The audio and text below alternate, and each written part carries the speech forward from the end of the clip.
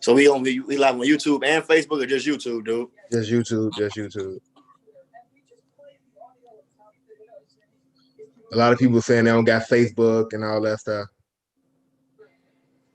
That's cool. As long as they can see it on YouTube as well, sure. I ain't tripping. All right, let me mute. The Brooklyn Nets still look good though, man. They still got some pieces, man.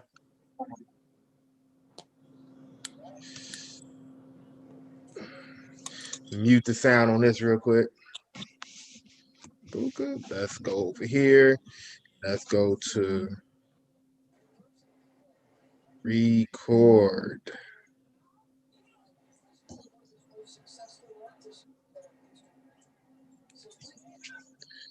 We're gonna wait on Grace. We're gonna talk about this blockbuster trade first. While we wait on Marcel to get in. So first and foremost, welcome again, everybody, to our third day of More Against Cancer podcast. I'm Coach Tay, my co-host Coach G, and our special honorary co-host of the day, Ms. Grace Hall, LSU commit, Homewood Flossmoor, one of the top girls in the state. Miss LSU. Oh Lord. Yeah, that's how we gotta address her from now on. Miss LSU. Yes, sir. So, Miss LSU, what do you think about the trade today? Oh, you talking about the James Harden and all that? Yeah, that trade. Man, I don't know. I don't know how he would do with Kyrie. That's why I'm thinking, like, how would that work? But I don't know. Sounds good. Coach G, what's your input? Two things. It's going to be either a lot of fun, seeing them do a lot of scoring, or it's going to be a train wreck. If ain't nobody got no leadership between them three, it's going to be tough. But I like it, though. I like to see how James Harden, I want to see who really going to be the one to do a lot of the deferring. Somebody got to take a back seat to somebody. And it ain't going to be KD. It ain't gonna be KD, so it's gonna be interesting to see if Kyrie comes back with a different mindset and how he gonna play alongside James Harden. He good. We can see how he play alongside with Kevin. Playing alongside another dude that's just as ball dominant as him and probably a little bit better scorer than him. It's gonna be tough because every possession is ISO island between the point guard, shooting guard, and small forward. It's gonna be a lot of one-on-ones, a lot of everything. So who gonna be main problem is watching? Who they gonna guard? That too. Your point guard, your two guard can't guard a parked car in a parking lot.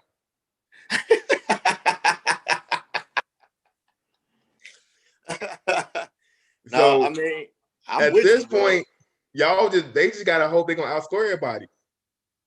I mean, between them three on any given night, that's 30, 30, and 30. That's 90 points between them, man. If you want to be technically honest. At any given night, all three of them boys can put up 30. Yeah, that's true. But at any given night, the two guard spots can give up 40 and have 32. Absolutely. Yeah. So they going in planning on we just gonna score everybody. I mean, look at the head coach and look at the assistant coach. Yeah. Steve Nash was D'Antoni's point guard, and their whole objective when he was in Phoenix was running and gunning. Let's get that thing and go. So how successful was that when it came down to the playoffs? I mean, we seen it didn't work. I mean, and now D'Antoni get James Harden back again. So I don't know, man. Hey, I know Steve Nash got a plate full because he got 3 different personalities now. Yes, sir. So somebody ain't gonna be happy not getting the ball down the stretch. It's definitely gonna be tough. I personally, man, it's I don't even know what to say. Just being I mean, being just think. I mean, the best thing about it is when they go up against other teams can't help off. You can't go double nobody. you can't. You can't go. You can't double James Harden on the off a pick and roll because it can be him and Kevin Durant on the pick and roll. You can't double Kyrie. You can't double nobody. So you really got ISO islands in 3 spots. But here's where it hurts though, right? We understand that when you have a good offensive player, the best way to slow him down is to attack him, right? Absolutely. So with Houston, you had pieces around James that you couldn't attack him, right? Yeah. Who do you put now? Like, okay, we gotta hide James. Oh, we gotta hide Kyrie. Oh, we gotta hide Joe Harris. It ain't no hide. They gonna have Ain't to no play some hiding. They gonna have to play some defense. You gotta play defense. They gonna have to So play some type of so now defense. we're gonna see how good of a two-way player Kyrie and James Harden will be. Now, the one thing I will give James Harden, at times he can play defense when he really want to. Only when he want to. Yeah, but how rare is that? I mean, it's rare. Big homie to picked up a little weight too. He got him a gut now, so Yeah.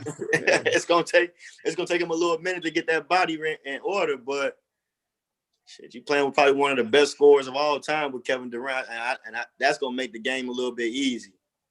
I agree.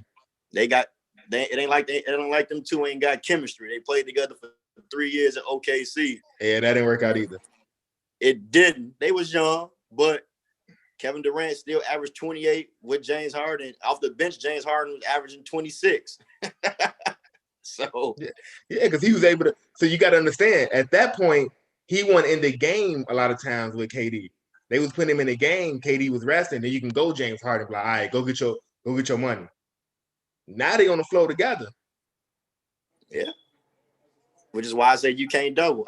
I think they best bet is to really either work through Kevin Durant out of the mid post, or you get James Harden in a lot of pick and pop situations with Kevin Durant for that ball to get moving, or just a lot of motion. That ball just got a nonstop move, and whoever create the mismatch first, we attacking the first mismatch.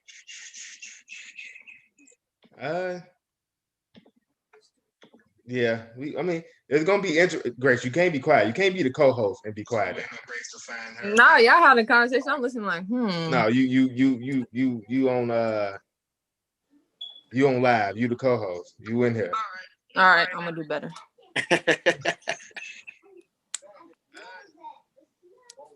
But now we gonna see. It's definitely gonna be. I mean, on Monday, I think they play the Milwaukee Bucks, so that's gonna be good. That's a good first test to see all of them together. If Kyrie's back by then, Yeah.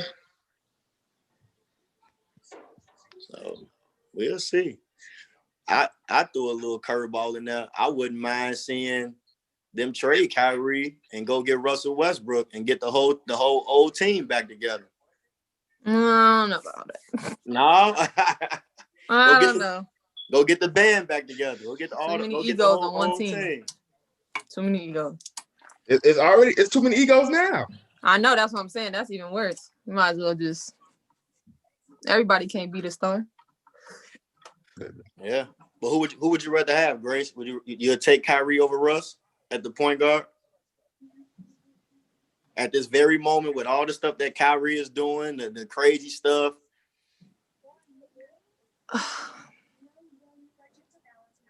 I'll take Kyrie. Take Kyrie. So I don't know.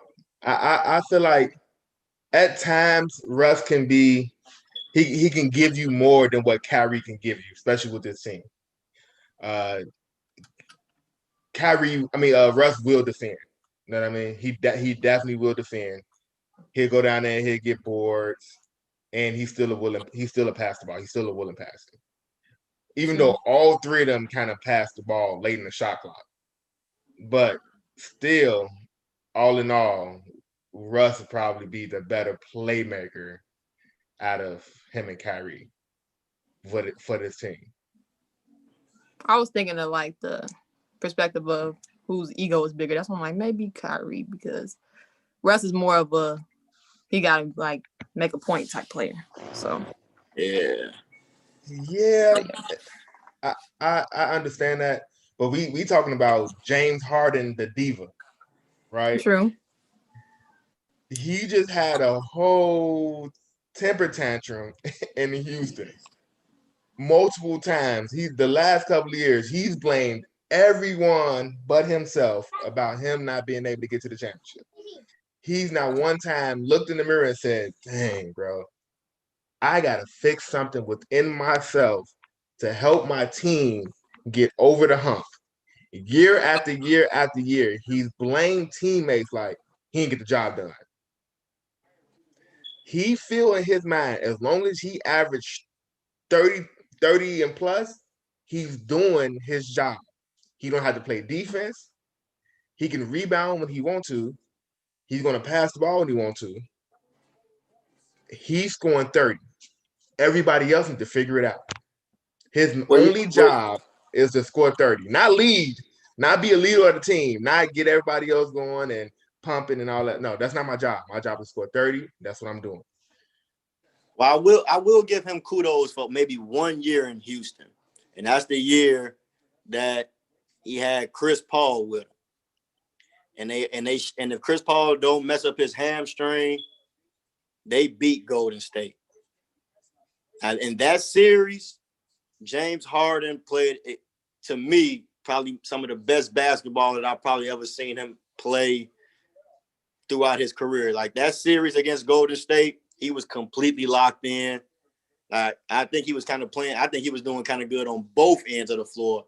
And then Chris Paul ended up going out, and then we know what happened after that. Game 6, I don't think James Harden showed up at all. And then definitely Game 7, it was a no call, no show. He was like, he wasn't even out there. So, but I don't. James Steve Harden, Steve Nash got his hands full. Chris Paul made the game a lot easier for James Harden than what he realized. Oh I yeah, don't understand why he rushed to get him out of there. I don't like Chris Paul. Chris Paul is the ultimate alpha male. He's a complete alpha dog, and he a leader. That's all he really, as a point. That's how point guards we lead. So he an alpha male, and he ain't gonna back down from James. And that's what I think. Like James was thinking he was like just gonna back down to him, and Chris Paul like, no, I'm gonna try to get you in the right spots, and I'm gonna try to teach you this shit the right way.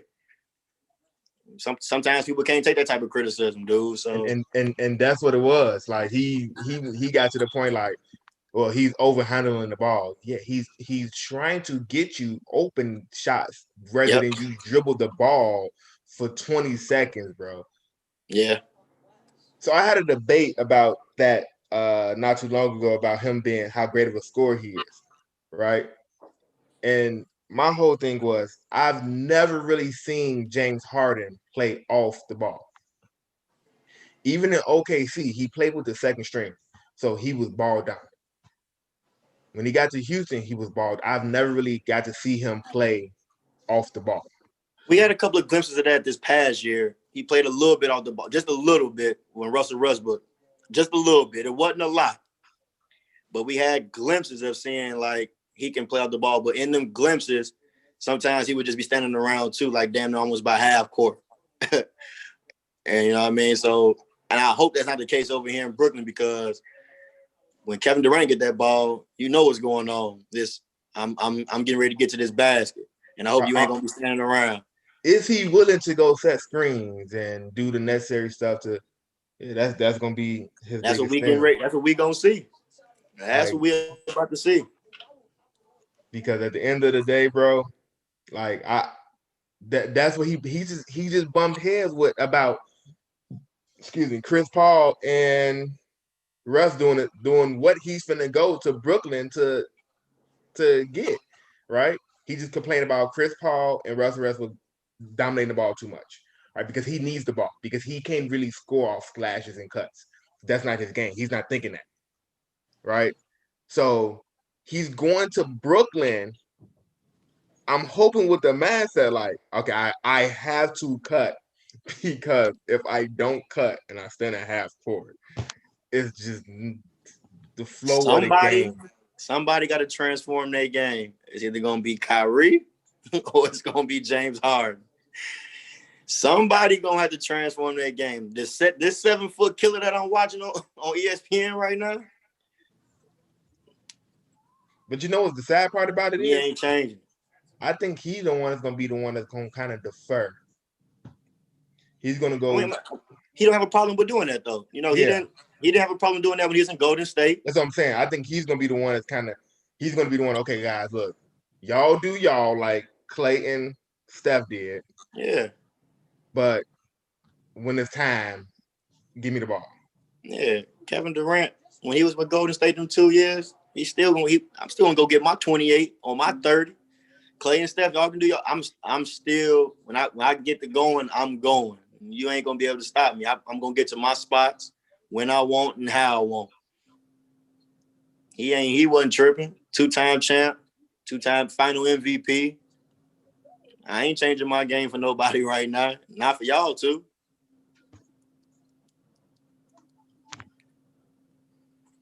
And so the thing is,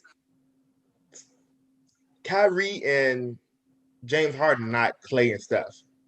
They're not the unselfish players like that. Absolutely. So that's it's gonna be interesting. I'm trying to wait on.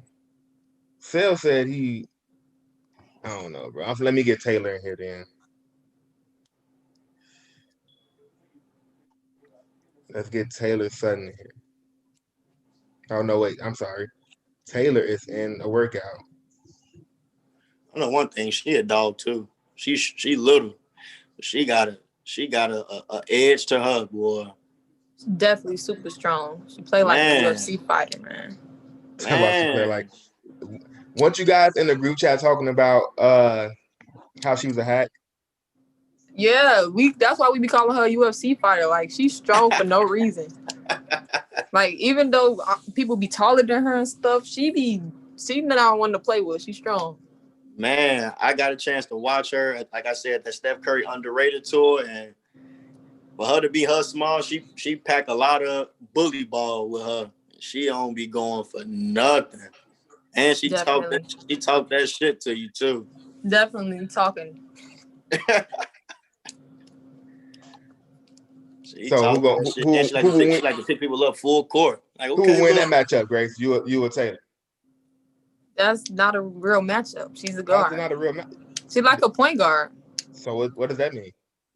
So you mean 1-on-1 to 5? To 5. I'm a competitor, so of course I'm gonna say myself. But hey, you better say yourself, Grace. Hold on now. Get on the phone and call the LSU coach. Say she might not be confident for y'all. oh my lord.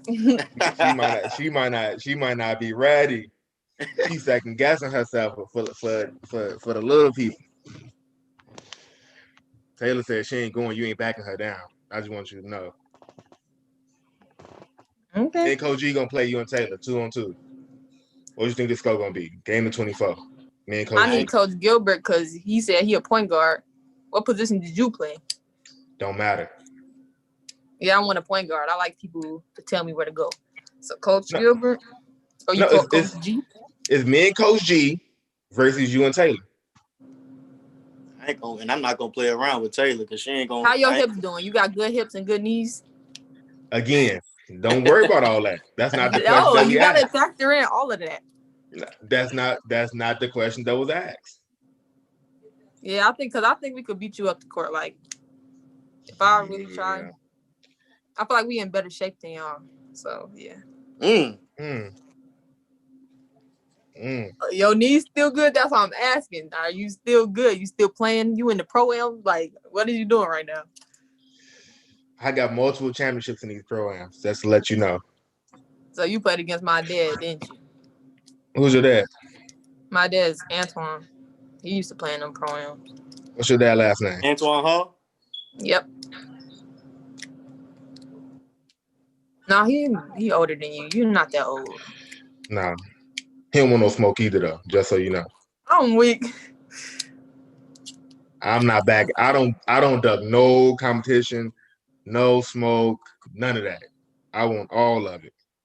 Like a chimney, you hear me? And why can't it be us two against Taylor and Coach G? What to? Me and Me and you. you? That they too small. I'm gonna be honest with you. I ain't going. So But to me, you ain't going. I'm not going. I don't. You can have Vontae. You can have whoever you want. That dude right there, he'll tell you. I don't be going for none. So I I'm don't gonna tell really you care. this. I don't care who it is. I I'm gonna don't tell care you. I'm gonna what tell you this, Grace. status you got. We gonna have to have the medics close by, because if you saying Taylor is who she is, She I'm is. telling you that's who Coach G is. Oh my So Lord. look, 2 Taylors on one team? yeah, we're Nah. probably gonna win the game, but we gonna know that we played them by the end of the game. And that's the Definitely. sad part. That's the sad part is you might not even win the game. No, we're winning the game. Definitely winning, but I mean, I don't know you why ain't gonna go thought. down without a fight. I get that. Yeah, I'm not going because I'm shooting that thing and I'm getting to the bucket. So We might have a couple of bite marks, scratch marks, you know. Definitely some elbows to the throat. That I'm definitely elbows to the fouling. I'm throat. definitely wrapping Vontae up. I'm not gonna play with him. We All might types of forearms in the back. Hold on, we, ain't none of that. Ain't none of that bully ball down here.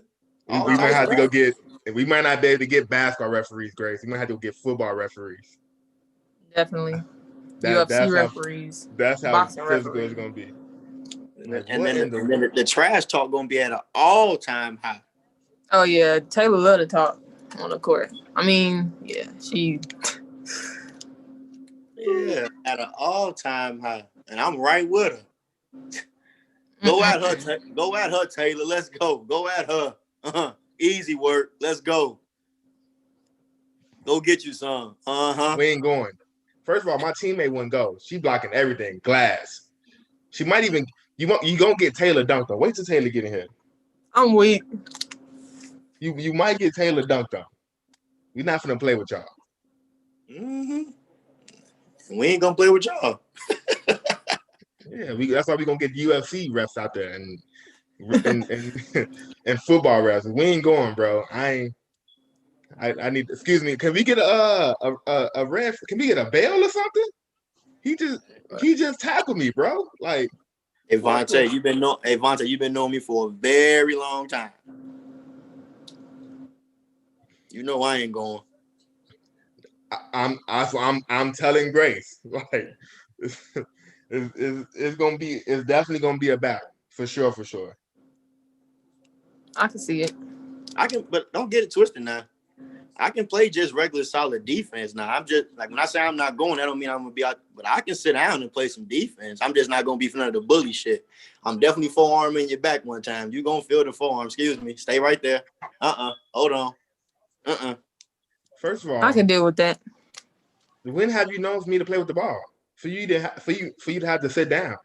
That's what I'm saying. So if you happen to get the ball entered in the post, that's if. I don't know if Grace got good entry pass or whatever like that. Definitely do. Okay, well, that's if you get it over there. And even when you do, you got to put the ball down one time to do a little bit. I'm not going. First of all, I'm backing you right into the middle of the rim. Oh yeah, I'm really not going. Good Wrap post you position. up, ball back up top. Wrap up, ball back up top. I know all the little tricks about it. Oh yeah. Walking right to the middle of the rim, just feel. Oh yeah. I will let y'all know one thing. Y'all do all of that, just make sure you don't miss. Because the moment you do miss, you might not get that thing back. Why is that? Because I know for a fact if I'm picking and popping with Taylor and she get a switch and we get a switch, oh yeah, it's going down. On who? I wish Grace would switch off on me. Grace sitting down on that. What do you mean?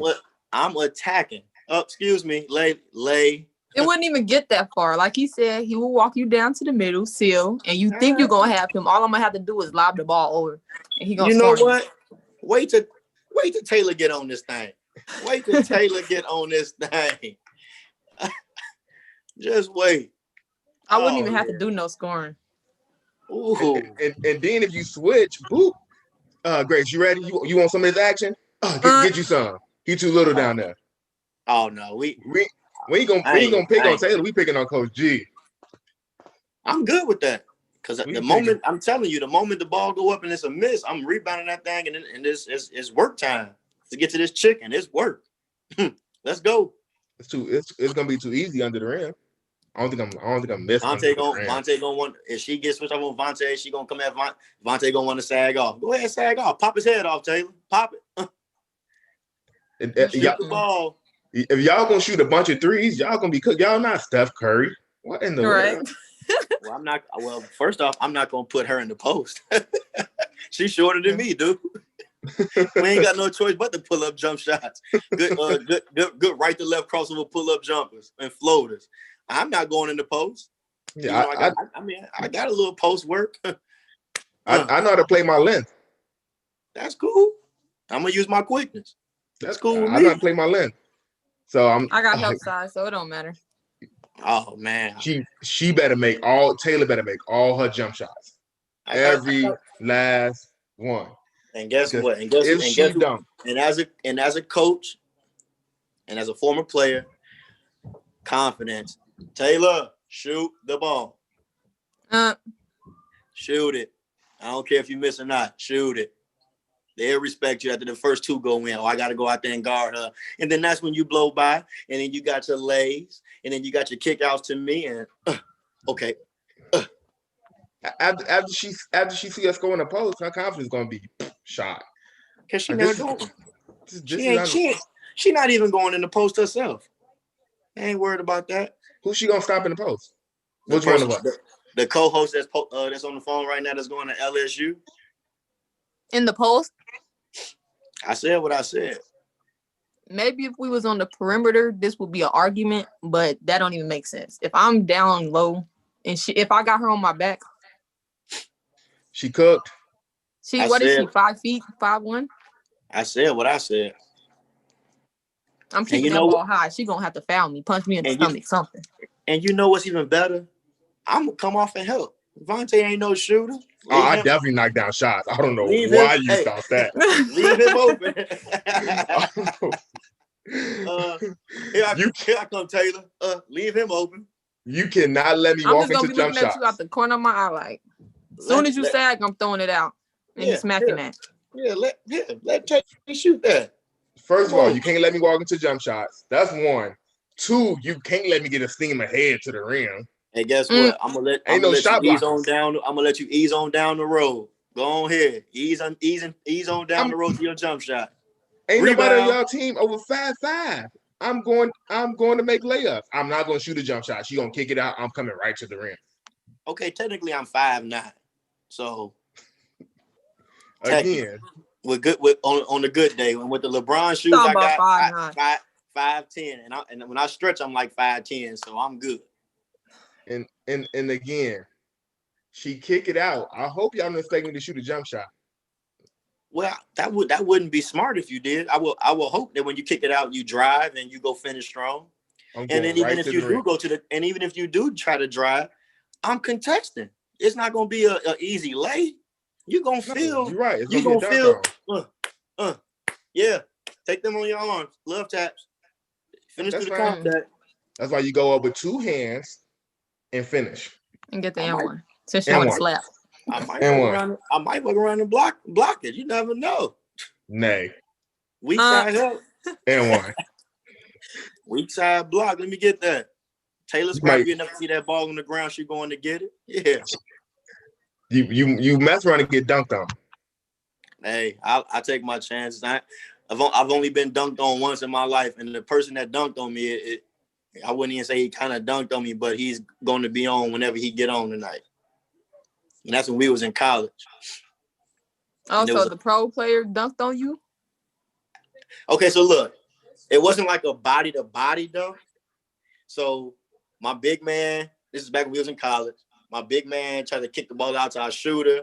He played the passing lane, what he do great. pay the passing lane, got the steal. He's coming from this angle. I'm coming from this angle. He's speeding up, and he took off literally like one step underneath the free throw line.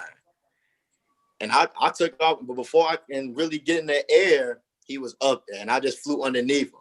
So it really wasn't like a body-to-body dunk on, but I was on the picture because they took pictures of it, and it was a camera. I'm in there, and he like this, and I'm in there, and I'm just like, ooh. Hey, you know what's crazy about Sale though? And I took that. I went to like the pro runs they be having. So Steph called me one morning. Hey bro, you good? You working out? You doing? I'm like, nah, bro, I'm good. He's like, all right, come on, we got an open run up at Jesse Owens. I'm like, all right, bet I'm on my way. First of all, he put me on Sale. I'm looking at this kid with these dreads. Like, okay, who is this kid? Right? Who is this guy? Bro, when I say Sale was so fast, extremely fast. What the hell? And the sad part is he's still fast like that to this day. When he in good shape, he in tip top shape, Sale's still good, man. You know what's crazy? Like Grace, like no BS. Like I'm what you would probably call a tweener, right? So position wise, yeah. So unfortunately, like in real game situations, like Kobe, he can tell you this for a fact. Like I go from guarding a player like Kobe to who can we say that you'll probably know? I go from guarding the point guard to the small forward to a center in one game. Damn, they're almost in one possession. That's how it be though. Especially if you a wing player. You the wing, right? Yeah, like this is terrible. That's how I've been playing for the last 3 years. Like, can you imagine? I'm on the point like guard, and I'm at the 2 guard, and I'm guarding the center, then the power forward. I just be flipping. Mm-hmm. Like Kobe, can you imagine playing Dynasty and you come down one possession and you got to guard Duty? Cool, you guard Duty. The next possession you got to guard Ewell. The next possession you got to guard Chris Singletary. Like, bro, okay, look, I quit. Like, I've been in tough situations when I've had to guard Duty and turn around. Definitely guarding Ewell, and Ewell ain't no slouch at all. And not only is he skilled, bro, but he definitely gonna outwork you. Like he one of them people, like he'll make you mad because he'll miss a shot and then go get his rebound. Ain't gonna get his own rebound. Absolutely. Like I've had the luxury in my basketball time. I've competed against the 1 through the 3 only because I like challenges. I don't back down from no, and you know that, Vontae. Like anytime we go into a game, open gym, pro-ams, I don't care. I'm switching. I got him over here. Y'all stay home. I'm battling. You got to show me. You got to outwork me and prove me. I like guarding the 1 through the 3, and sometimes the 4 if it's a stretch 4. You want to know one of my I'm gonna tell you. Look, this one time I just couldn't do nothing. I was so defenseless. So we played in the Red Bull 3-on-3, right? So look, first of all, we show up and it's me and Jarvis, right? Keon was supposed to play with us. Keon never showed up, right? So Keon didn't show up. So Billy Jarvis Rush, Walker? Jarvis Walker? Smothers. Keon little brother. So, we always play together because, we grew up together. So Keon didn't show up or whatever. So, we standing outside. It's just me and Jarvis. Like, bro, we got to find a third person, bro. We here. They know, Keon not answering the phone. So I'm like, dang, bro, that's crazy. So then Billy Rush and Jeremy Ellison is they standing by the door. So I'm like, man, bro, who you playing with, Billy? He like, man, bro, Dago don't supposed to be here. It was Dago and Hardy was supposed to play with them, and they didn't show up. So we just combined our teams or whatever. So we're playing, right? This is the first time we ever played in the Red Bull stuff. I ended up being in the Slam magazine, by the way, for that too. I kind of missed that tournament. Yeah, so it's the 3-on-3 tournament. So we playing or whatever, and our first bracket, we're in last place on the first two games. We in last place, but we're trying to figure out how the hell we in last place, and we won our two games, right? But we won like 12-9 and stuff like that. We didn't know that the first two rounds in the 3-on-3 for Red Bull is how many points you score. It don't matter if you're beating teams. You just got to score a bunch of points, right?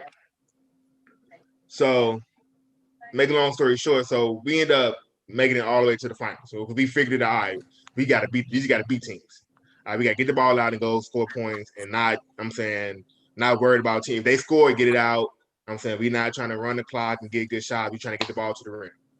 So we end up in the finals. We meet Big Dre, Tone Tone, Duty, and Ewell. Right? Bro. I just want you to understand they wasn't calling 3 seconds. You know what Big Dre do. Come on, man. You know what big folks do. That's big nasty, man. So bro, I'm gonna make Dre get on here. Bro. I guarded Dre with no 3 seconds. You know how defenseless and helpless I was, bro? Grace. He's 6'8". I'm imagining this big man that you can't do nothing with. He's 6'8", like 300 plus pounds. And he got light feet. Light feet. He was catching the ball and going over. Light feet. He had great footwork, and he had a great face-up game. So Hakeem Olajuwon. Yeah, so look, he kills my legs, right? Kills my legs. So Billy like, let me get him. I said, okay, go ahead. Bucket. I'm like, I told you, bro. It ain't nothing we can do with Dre. Nothing. We got to figure out how to just outscore them, bro. You know what happened? We figured out how to. All right, cool. We're just gonna foul Dre every time you get it down, bro. We got to figure something out. Dre got to go make some free throws or something, bro. We gonna frustrate Jay. You know who got the cooking? It wasn't Ewell. It was Tone Tone. Mm-hmm. Tone is like one of the most hardest players to guard because he's so unorthodox. And like he's so shifty and unorthodox. Like, oh my God, bro. Left hand killer. Like he won missing. I'm guarding Duty and Ewell to watching the ball go through the net like. And we came in second place. But good thing is I got damn near 4-5 months supplies of fucking Red Bull. And them 3-on-3s was getting it here in Chicago with the Red Bull, man, it was so much good basketball back then, man. And so many guys was in tip top shape from Stephon, Hannah to the Tom, to the Dre's, the U, TB. Man, I can go on a list of Chicago guys. Man, y'all was some good basketball back then, especially Definitely. When the Shy League was cracking back then. The Shy League Pro-Am was at Whitney Young, and man, it was some great basketball. I really missed the Shy League Pro-Am too. Facts. Yeah, that was. But you know what's crazy, bro? Grace, you might not have been. You wasn't old enough back then, was you, for the Shy League Pro-Am and all of that? Like what years? Like 2010-ish? Maybe like 11? 2010, 2011, 2012. I only remember the Pro-Ams that used to be at South Suburban and the ones that was in it was one in the city, but I don't know where it was. But I really remember the South Suburban Pro-Am. So yeah. Marquette Park. I don't remember. I was young. My dad used to go to the Pro-Ams. Was it a Park District? I'm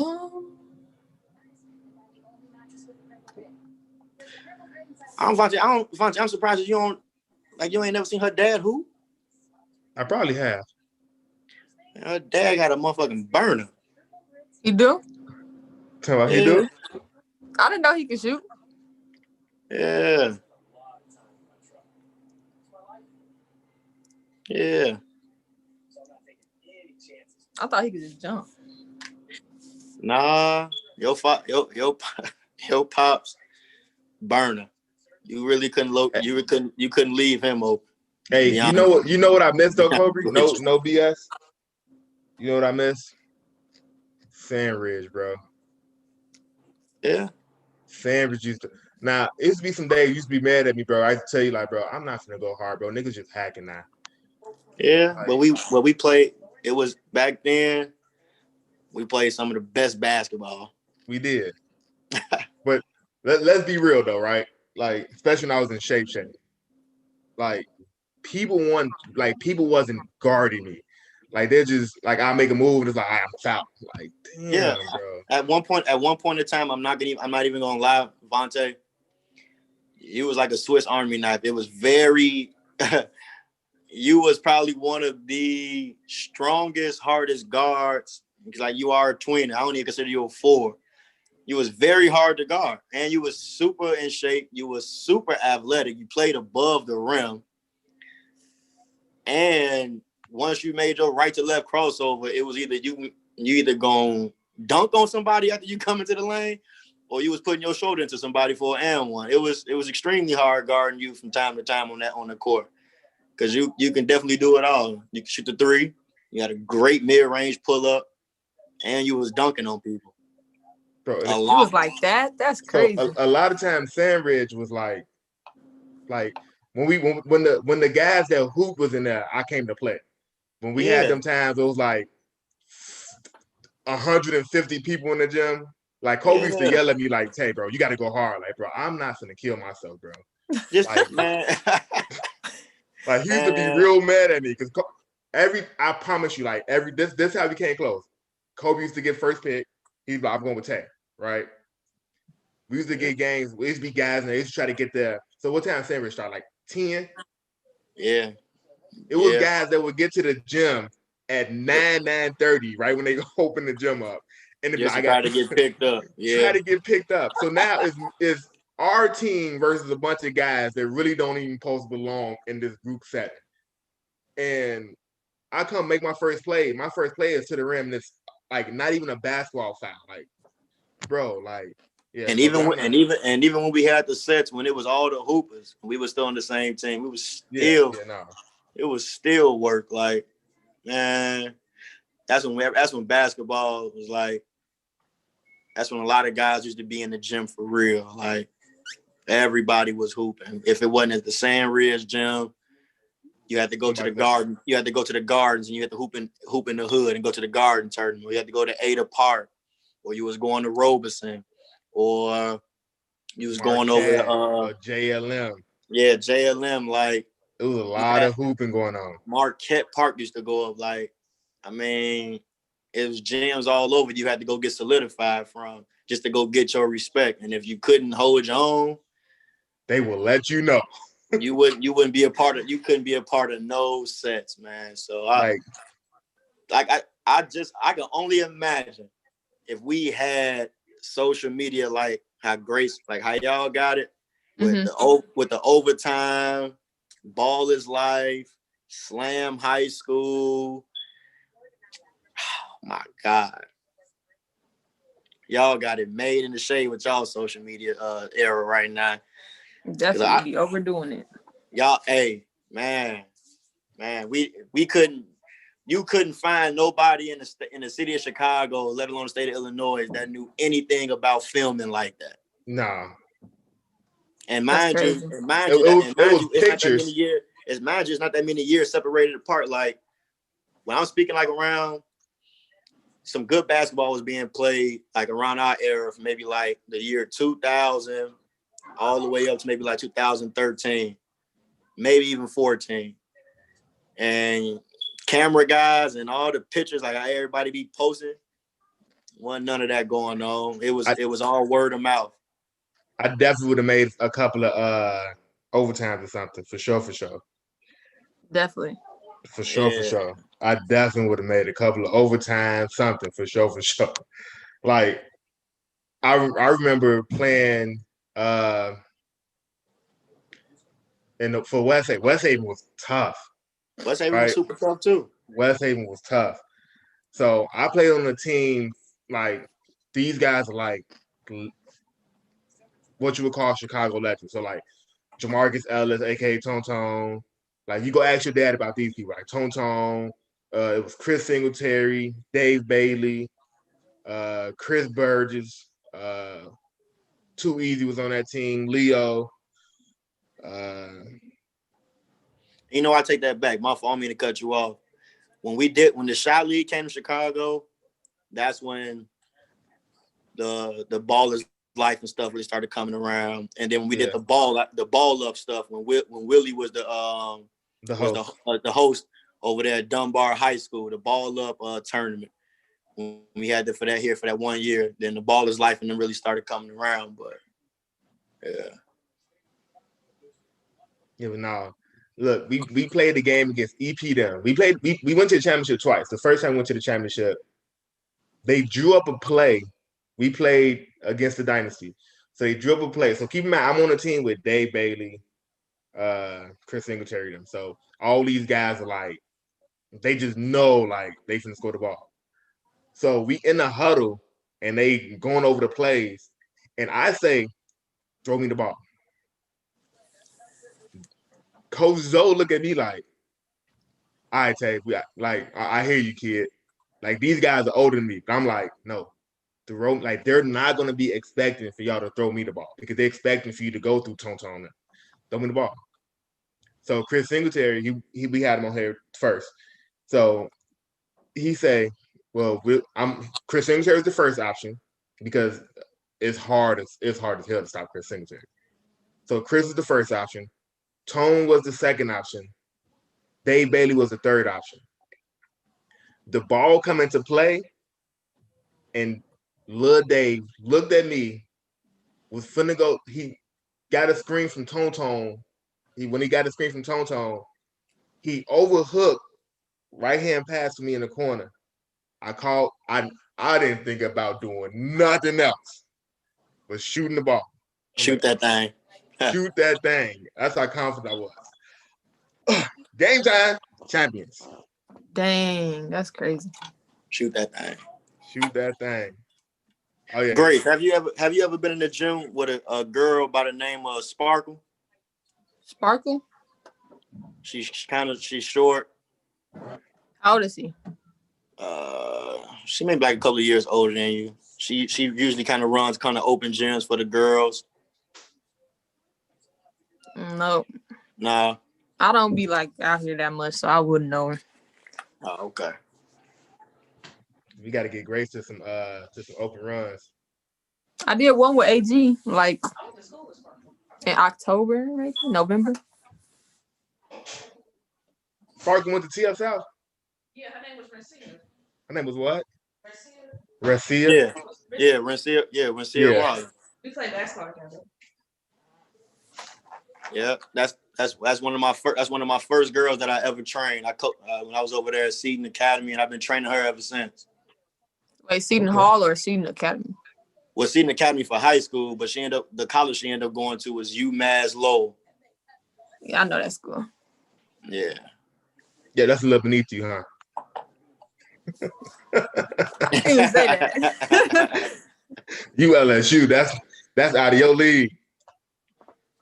That's out of your league. You over there trying to get buckets over there in LSU.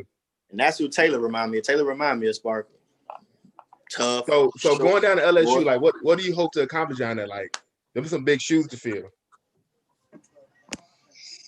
I just want to be an impact player, like especially in my freshman and sophomore year. I don't want to go nowhere and ride the bench.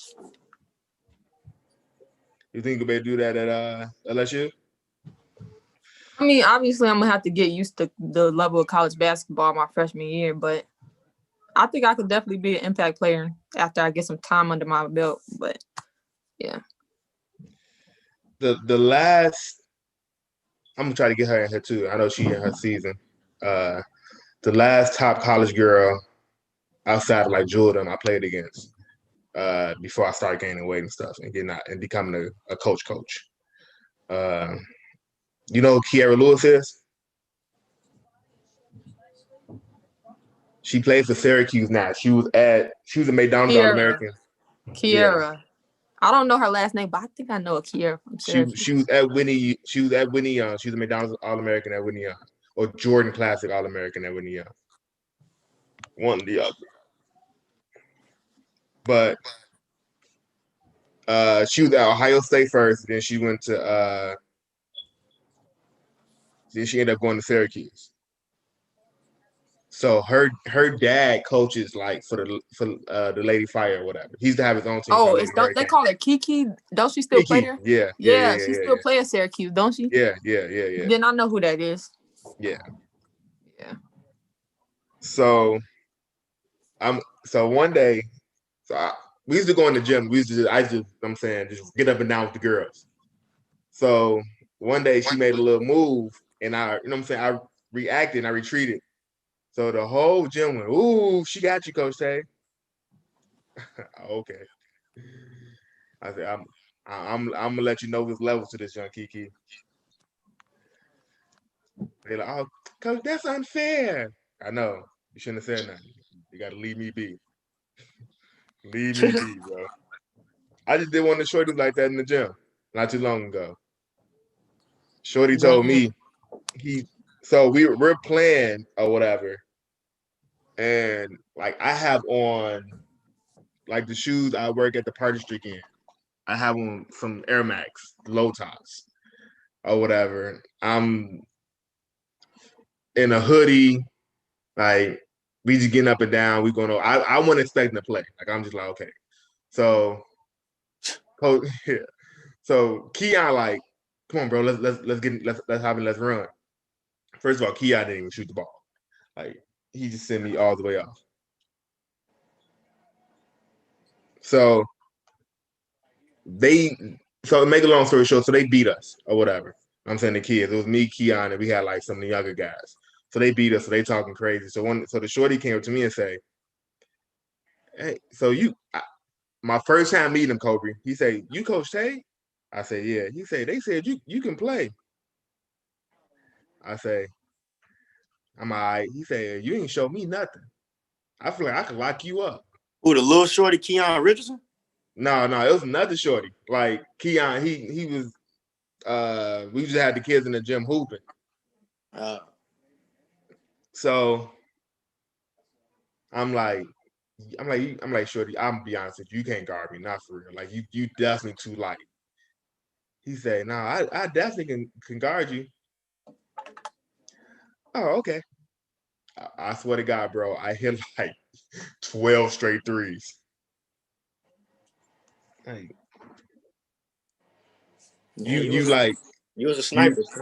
You're not like if you're not a pro and you don't know the ins and outs of how this game works, then you don't stand a chance, bro. Like I know all the little cheat stuff that you don't know. Like I was like he thought I was just gonna come out and I'll dribble him to death. Nah, I don't do that, bro. It's not my game.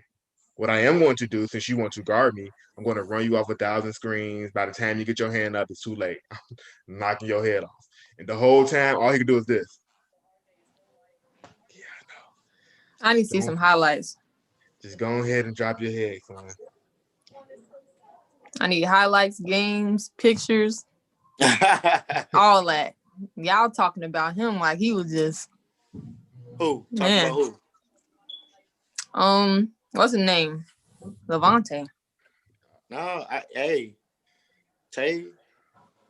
I'm telling you, if we had the covers like how y'all got it, videos and all of that, he definitely have a nice compilation of a mixtape for real. He wasn't no slouch. So he was dunking too, like all that. What's the name? Them East Bays and all that tomahawk. I was Yeah. winning dunk contests. He was dunking way better than this scrub right here that's getting ready to get on right now, Juju. Whoa. My boy, ladies and gentlemen, welcome Julius Rollins Jr. He's junior. He's not big Jew. He little Jew. Come on, bro, with the From junior, Hillcrest. Come on, bro. Mr. Kent State himself, man. Mr. Kent State. Welcome aboard, Jew. Appreciate it. First of all, our celebrity host, because that's what she is. She's a celebrity host for today. Wow. She gonna start off with the questions for you. All right, cool. No, you were supposed to start off, and then Nay, that's not how this works. Okay, first question. What do you think makes you so dominant compared to all the other players that you play against? Honestly, I just play harder than a lot of people. Like people, they just, they take this for granted. Like I just don't let up. Like I don't want to play cool. Sometimes I can play cool, but like, for the most part, I try to just kill every time I step on the floor. And a lot of people don't do that. Answer mentality. Yeah. No, we actually had a conversation with you this summer, and I told him, correct me if I'm wrong, Jew. I said, Jew, I don't care who you play against or where you play against them at. Your goal is to kill whoever guards you. I don't care if he handicapped with no arms. You supposed to score 40 every opportunity you get. Is that not what I told you, Jew? Bro. Cause we played it. So he played a couple of tournaments with me this summer. We finna have a Hillcrest party. Oh my Say God. less. What? I got Taylor in here. We finna have a Hillcrest party. I'm glad Taylor is in here. Oh yeah. Oh yeah, we was waiting on you, Tay. Oh yeah, we was waiting on you, Tay. Hey, in the gym? In the gym. Wow. We was waiting on you though, Taylor. What up? Go my point guard. Ha. I'm finna put my clothes on real quick, then I'm being in the car by myself, then I'm baby talk. I bet. I bet. All right, so back to you, Jude. So yeah. So we were playing in the tournament in Valparaiso. And the competition wasn't high like we've been playing. Like we've played some pretty good tournaments this summer, right around Jude. Yeah, we have. So we played in this tournament in Valparaiso. So Jude was like I'm hearing players come over and talk to me about Jude. Like he's supposed to be cold, he's supposed to be good. And it's making me mad because I know for a fact that there's nobody on this team that can stop him from doing what he do. I'm like, Jude, bro, you BSing, bro. Go kill. And he like, I got you. So he get the ball in the wing. He want to play with the ball, let you retard the jump shots. Come on, bro. Don't play it like that, bro. Is that not what happened?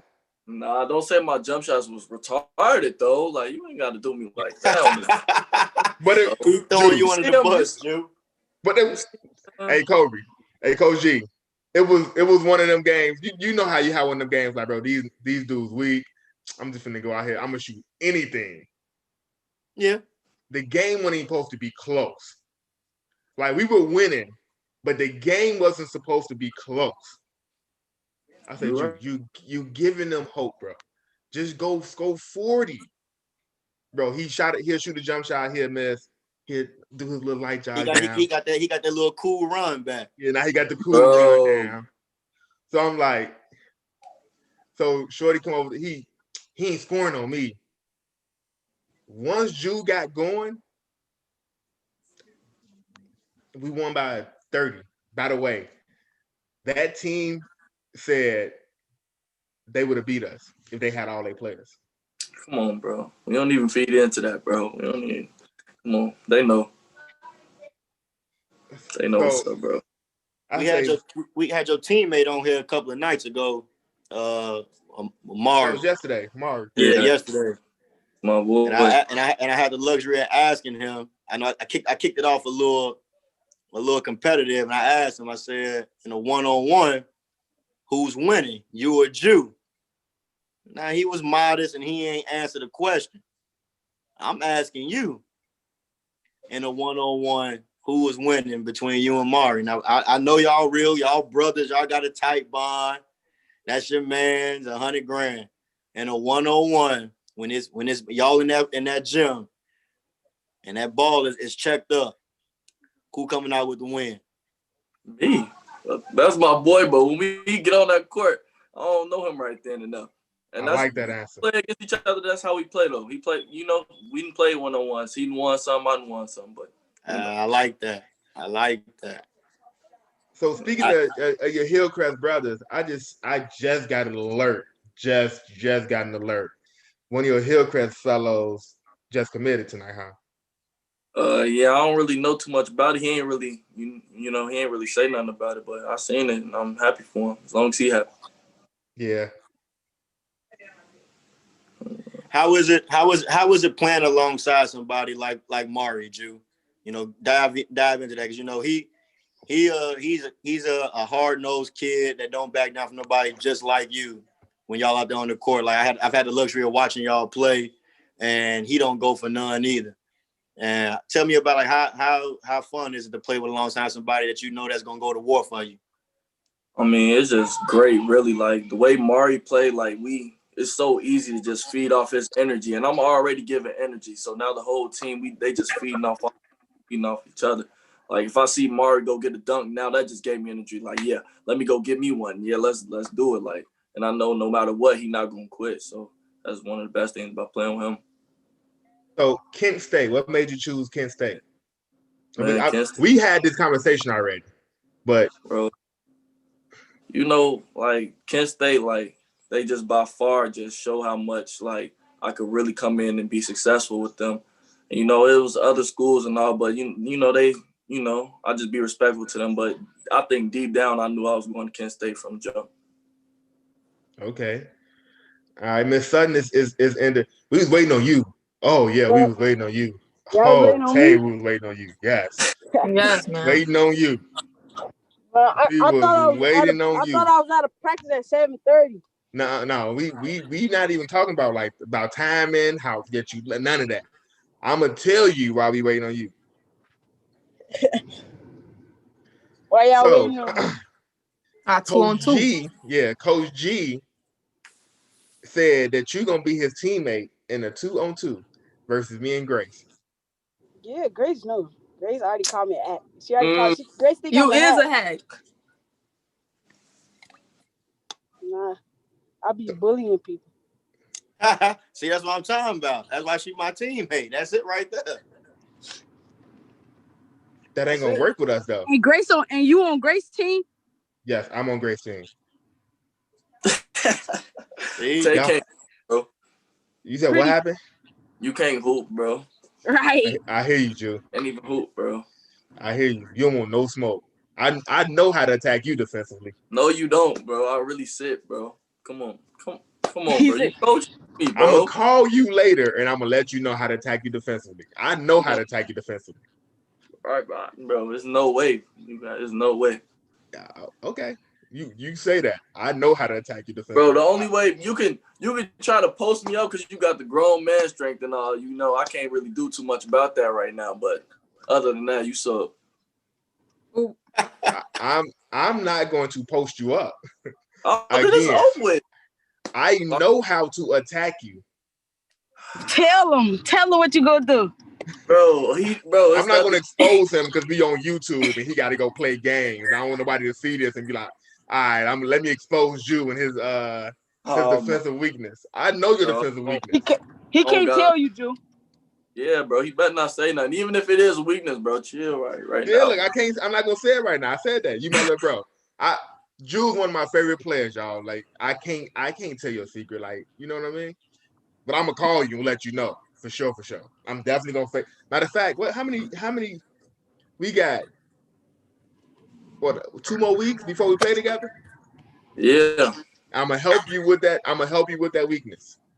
Bro, ain't no weakness, bro. I'm sick. We take pride at defense at Hillcrest. That's what we do, bro. Okay. I again. So I know I know what kind of Jew. I just coached you. I know what kind of defender you are. I know what you want to do. I know how you want to try to position people. I know all that. You Wow, gotta you, understand. you really Gotta, think you know my whole bag, huh? He got it figured out for you, boy. Nah, he don't, bro. He been watching you. I got some stuff in the bag, bro. not defensively, you don't. The defense bag. That's the thing. Like a lot of players, they don't even got a defensive bag, but I got a defensive bag and an offensive bag. You feel me? It's just two, bro. And And we they ain't gonna talk. always, And we ain't gonna talk about your handling. That's you know, that's real strange. Big guard. Come on. I hear you. Again, we're not gonna expose you on this podcast tonight. Oh You're my my little brother, and God. I love you. My No, little brother. I love, bro. But Tay, you are in the dog house. All thanks to Coach G. Yeah, he had to do all that talking. I'm a real life run you till you touch your knees till you be like, I'm gonna run you wild. That's cool. I don't. And I'm Again, definitely running Grace out. See what I'm talking about? That's what Taylor, I'm talking be about. real. you got to understand that running her wild is not hanging on to her back. Be real. I'm gonna wait for you at the rim. Simple. No. That's all I gotta do. No, I'm Great. not even letting you get to the paint. See what I'm pulling up from mid-range. What you talking about? I'm not letting you do that either. You're gonna have to shoot the three. No, I'm telling you what she gonna do. She gonna beep, beep, beep. Excuse me, young fella. Lays. He tried to say I'm a baby. Lays. You're not a baby. You just not 6 foot. I'm not tall. It's just I'm not tall. You're not a baby. You're just not fully grown. You're not. You're an adolescent. Dang, Tay. All right, we don't gotta do too much talking. Just get the game going. Get the game going. My partner recovering right now. Once she done recovering, y'all are grass. Right. Catch me in the summertime, Taylor. We gonna be scrimmaging together anyway. It don't matter. Right. Y'all are grass. I'm popping up at y'all scrimmage with Coach G. Coach G, I'm calling Coach G. Hey, we pulling up right now. Get your shoes together right now. My bag stay ready. I ain't ducking nothing. I got a killer over there with Taylor, so I ain't worried about nothing. I'm good. So Jew, we straight. We all right. So we gotta tune Jew in on this. So Jew, this is the battle of the 6 feet and over team versus the 5 foot and under team. I'm saying though. Hey, we take heart over height any day, kid. We got heart too. You feel me? Nah, we got a different type of heart. It's different. Real different. It's different. Like we got that. We not going on our chip on our shoulder type of heart. Like it's not that. And that's how we feel when little people guard us. Exactly. It's embarrassing. Like it's embarrassing though. Yeah. Like why do you feel like you could guard me and you small? Yeah, why are you right here, bro? Excuse me. Excuse me. You gotta show us. You gotta show us. Excuse me, little people. You gotta show us. You gotta definitely show us. We gotta step over a couple of people like AI did Tyron. You hear me? Excuse me. Thank you. I might have to. Oh, you think you walking over people? That's dead. Oh yeah, I might have to walk over you, Tay. Oh, excuse me, little Tay. I wasn't saying all that, but I'm saying that now because they got disrespectful. Okay, yeah, because I walked over Tyrone. He walked over him. Excuse me, little Tay. Excuse me, little you little. Excuse me, little Tay. I'm Big Tay. Let me show you Big Tay. Because Kobe talking about he wanted talking about switching. Y'all better not switch. You better fight through screens or something. You see my face right here, right? Switching is cooked. Whenever Grace get 100%, it's on and popping. I got y'all. Coach G can't guard Grace. How them knees looking? How them knees looking? How them hips looking? I'm in great shape. I'm good. Matter of I'm fact, gonna tell you one thing, Grace. You put the ball on the ground in front of me, it's getting tough. I'm just gonna put my body between you and the ball. It's not hard. Not really. Hey, matter of You're fact, not touching the ball. we You're gonna not touching end the this ball. up real quick. We gonna make this a 3-on-3. We gonna keep the height together. We gonna get y'all M.O.R.E. We gonna take Jew. That's really cool. That's really Oh cool. yeah, I do that. We can do that.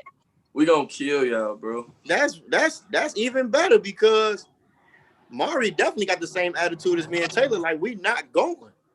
Y'all acting like we don't got a chip on our shoulder. Right. I know, right. First of I'm all, coming off my second injury. I'm gonna be ready for y'all. Oh man. First of all, when is this game supposed to be happening? So who guarding Jew? M.O.R.E.? Huh? Who guarding Jew? M.O.R.E. M.O.R.E.? Then who guarding Tay? The person that's talking right now, me. Too little. Put him in there. Put him in there. Wow. So who gonna guard Grace? Tay? Tay 5'1". That She ain't got about a whole foot. Hold on. You ain't gonna disrespect me like that, man. But think about it. Come on, Hey, Tay. I'm a good 5'3". I think I grew an inch, okay. Oh my God, here we go. Hey, so I might be 5'4". Talking about might be 5'4". 5'4", according to her college stats. You know, college give you 2 inches. True. Right. So she 5'2". So we'll get her 5'2", Kobe. Hey, I might be short, but I can slither through y'all. We ain't worried about And do what? Y'all. And do We're what? not worried about that. We glass and stuff, bro. You can't go over my back, Joe. You can't jump over me, bro. Who can't jump over you? Y'all make this a 3-on-3 thing. We smoke in a series. However y'all want to do it, a 3-on-3. We smoking y'all. Y'all getting swept. Exactly. I won't even have to score. I'm gonna be straight assisting. And I'm gonna tell you where y'all gonna hurt at. Cause Tay gonna be out of shape, man. Vontae gonna be out of shape. And you know what the sad part about that is? You know what the sad part about that is?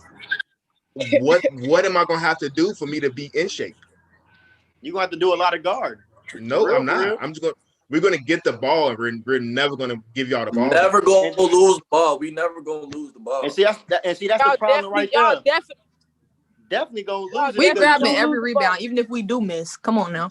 Drew gonna be too cool. Grace gonna be complaining about me hacking her whole game. No, in the summertime was I doing that? You was hacking me, but I ain't saying you weren't doing that, but you was getting mad. Face expression. I was getting mad, but I ain't saying nothing. And M.O.R.E. locking Drew up for sure. Bro, I know how to beat M.O.R.E. Like M.O.R.E. making Drew shoot jump shots. That's gonna be wild. Oh yeah, we good. Lab. You been in the lab. Them jump shots ain't coming off. Man, M.O.R.E. gonna be knocking down them threes on Drew. Come on now, we letting him shoot Ben Simmons. We definitely that M.O.R.E. shoot. He blew, coach. He blew. Hey, stop playing with M.O.R.E. because he definitely got better at shooting. He blew. Ben Simmons, bro. He blew. I hope Grace gets fully recovered for this 3-on-3. We gonna blow y'all out, bro. I'm praying for a full recovery so you can be 100%. It's not even going. It's not even a fair matchup. If I'm being honest, the matchup not even fair. I want you at hey Grace, I want you at 100% out there. You're gonna have me at 1,000%. Watch. Yeah, I want you at your very best with your ball handling, your post up. I want you at your very best. Do you? If you play absolutely. Don't worry about it. I want you at your tip-top game. We gonna put 5-for-1 in a lot of pick and roll. That's fine. And she getting over the top. And the crazy part is she getting over the top of them screens too. No, she not. I just wouldn't hope that you would switch her at all. I'm not gonna switch her off on you. But she getting over the top of them screens though. And we Grace gonna have to prove she can knock down shots. Cause we going underneath the screen Go underneath. I could knock down some shots. It's not Oh, flip hard. that screen. Don't worry about it. We flipping screens. It's real, Right. real, Why would I shoot if I got Taylor on me? real smooth. Right, bro. Taylor too little, Great. bro. Too Great. little. You, Taylor, come on, man. Like, you a guard and I'm a wing. I'm getting you down there and I'm scoring. Too Every little. time. Every time. She got to get to the block first by my strength. It's my not strength, She hard. gonna have to push me to That's the what block. I'm talking She gonna have to about. push me to the block. We not. So first of all, we're not gonna just let you push on her. We're You ain't gotta definitely She gonna make do. sure. I said I'm she gonna walk put- her down. It's not She, hard. you can't walk. It can't be a walk. You're gonna have to run down there because I ain't gonna move if you walk. True, you is kind of strong, but I'm gonna get down there. Yeah, we definitely gonna get her down there. Now the thing is, what your teammates gonna do when she get down there? Help line. Help Yeah, that's what off Coach who? G said. He said he gonna sag on me because you can't We shoot. gonna leave you open because you gonna be trash. We Oh, gonna boy. side out on Grayson Jew. It's Who is gonna this? be that. Who that? Me, Don't worry about it. M.O.R.E, Hello? and our coach and our other teammate. Hey, who was that? Hello?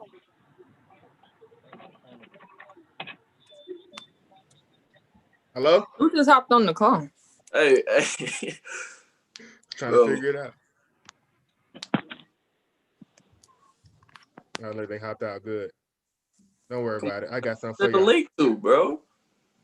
It'll probably see good. Don't worry about it. I got a special guest for us tonight. He gonna be on here 2 nights in a row. Again, if you think you're gonna leave me open, you are out of your mind. You cannot let me walk into jump shots. Oh, you a knockdown shooter. I first of all, I train kids on how to shoot jump shots. Mm. Oh, so you got it on the string, huh? So if you let me walk into jump shots, you're gonna lose that game quicker than you thought. That's one. Two, I wouldn't shoot jump ain't shots. say we was gonna leave you open all the time, but when Grace get the ball, she ain't even gonna get it at the block. So Two, I won't It's shoot. worse I'm if not I gonna catch shoot it it. mid-range, take. I'm not gonna shoot a jump Grace. shot. Y'all ain't got nobody on That's y'all where I team. score all my points at. You rather me catch it under the rim. Maybe I'm a miss on some lucky stuff. Mid-range. Y'all ain't got no shot blockers except M.O.R.E. And if M.O.R.E come over and help, excuse me, there you go, Jew. Dunk him very much. Oh yeah, on top of his head. There you go. On top of the dude head right there that just came in. Put it on top of his go head. M.O.R.E right there. I don't even know why y'all added him. We don't do no sneak dissing. We don't do no sneak dissing. M.O.R.E. So we got a 3-on-3 going on. So we got a 3-on-3 going on. It's the Giants versus the Midgets. What? It's the Giants versus the Midgets. It's you, Tay, and Coach G versus me, Jew, and Grace. Oh, that's an easy win. For us? I know. No, Easy. for us. M.O.R.E, For us? Yeah, it is. M.O.R.E, who are you guarding? Guarding Juju. I can't say. Come on now, bro. Come on, bro. Don't even start, bro. Oh, Coach Goody trying to get in. Come on. That's Coach Goody trying to get in, y'all. Uh, So I'm gonna hit all y'all up. We're gonna continue this conversation later. We got to interview Coach Goody. all All right.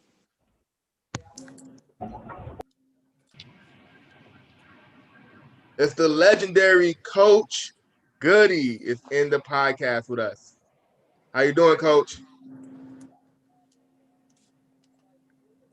Can you hear you? How you doing? Coach Goody, can you hear me? I don't think he can hear. You're right. Or he got his phone on mute. Coach Goody. He definitely got his phone on mute. Yeah, I don't think he turned his audio on.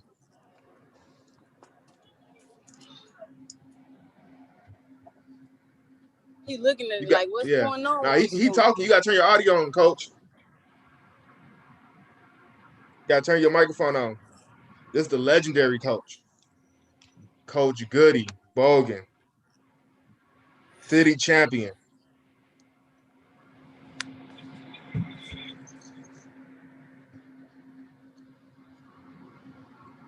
There you go.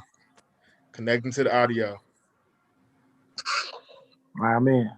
All right, there he is. There he is, everybody. Coach Goody, city champion, state runner-up. Coach Goody. What up, Tay? How you My feeling? bad. I'm feeling all good, man. I lost time on the phone with my daughter. My bad. It's all good, Coach.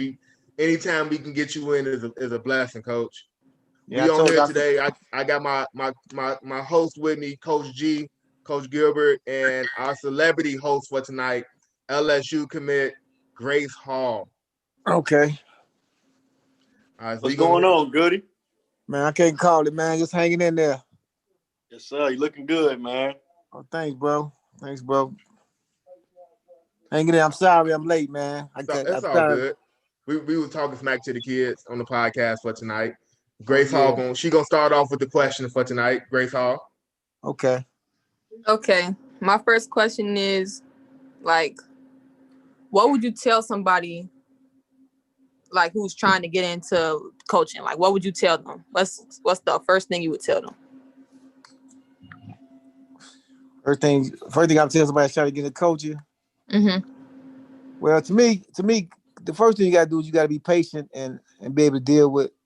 You gotta be a person that can be able to deal with a lot of things that come with coaching. It's a lot of stuff come with coaching, especially at the high school level.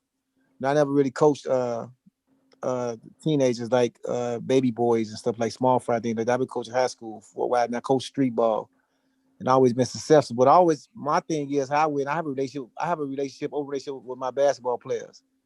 So if you have a relationship with your players, you know them off the court and on the court. You can work better with the kids. Okay, Coach Goody. Nice to know your secrets of success.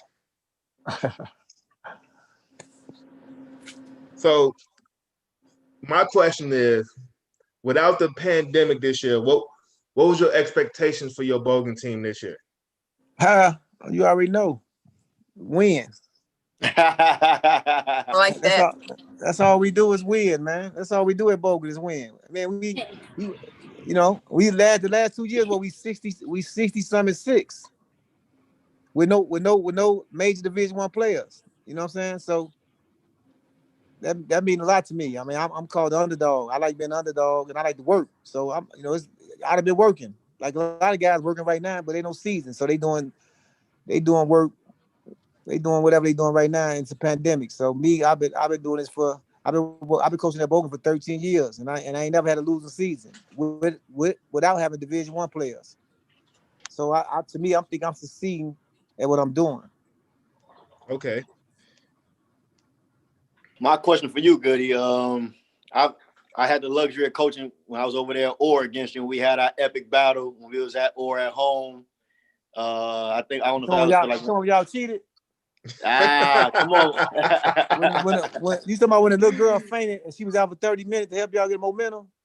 Oh yeah, I remember that. I remember that. Yeah, she fainted in the stands. Yeah. Yeah, you remember that. What I most admired you as me being involved with coaching how I am is, like you said, the relationship that you have with your kids.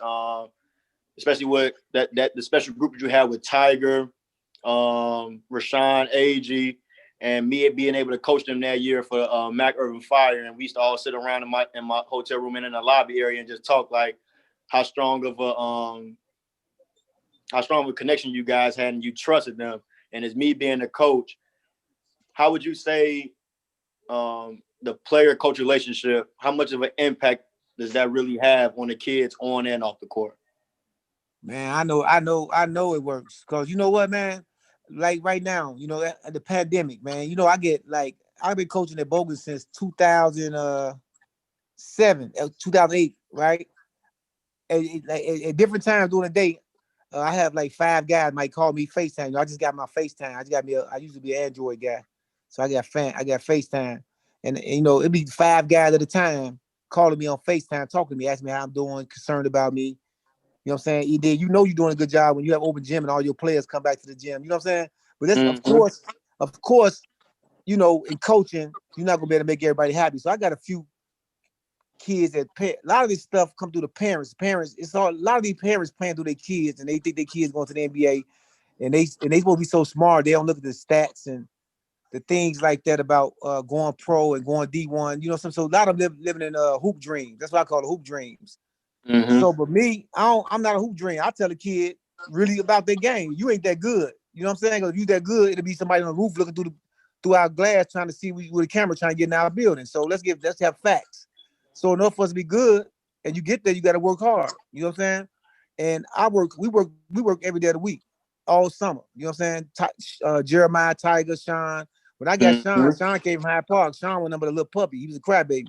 You know what I'm saying? That's why, you know, you see how I worked him and got him better. He was a player of the year his senior year, and he was all state. Yep. You know what I'm saying? So that's all my work, and I understand my work, but I'm not no guy that's I'm not arrogant or nothing like that. Whereas I think I'm the best. I'm the best coach in the city. I walk around and I don't speak to people and things like that. And I'm not that, but I know what I do is working for me. Absolutely. You know, some people got their own way of doing things. You know what I'm saying? I'm not buying nobody no gym shoes. I'm not going to be picking you up. I'm not going to promise you when I get you out of grammar school that you're going to be starting. I'm not telling you none of those things because I don't like to lie to nobody. I don't want you lying to me. So I ain't gonna tell you all that. You know, so I can't get some kids just because of that. They be like, man, this dude too real. His parents like, he's too real. You know what I'm saying? And you know, Definitely understand that. yeah, I'm real. I'm not gonna lie to you and tell you your kid going to the pro out of 8th grade. Come on, man. How you gonna tell kid? That's what we messed up at. You going to Duke. How you gonna tell somebody from area they going to Duke? Yeah.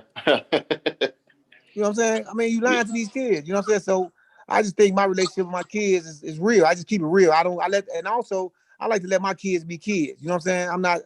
I'm not a drill sergeant, but I want them to be because the only way you're gonna learn about your kids, you got them to be themselves.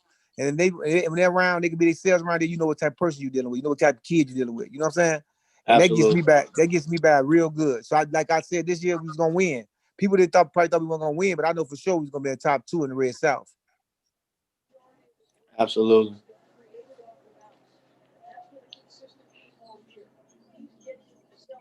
Grace Taylor. Yeah, I got one more question. Got a question. Go ahead, Grace. What's your like your favorite coaching memory? Like one thing you'll always remember from coaching?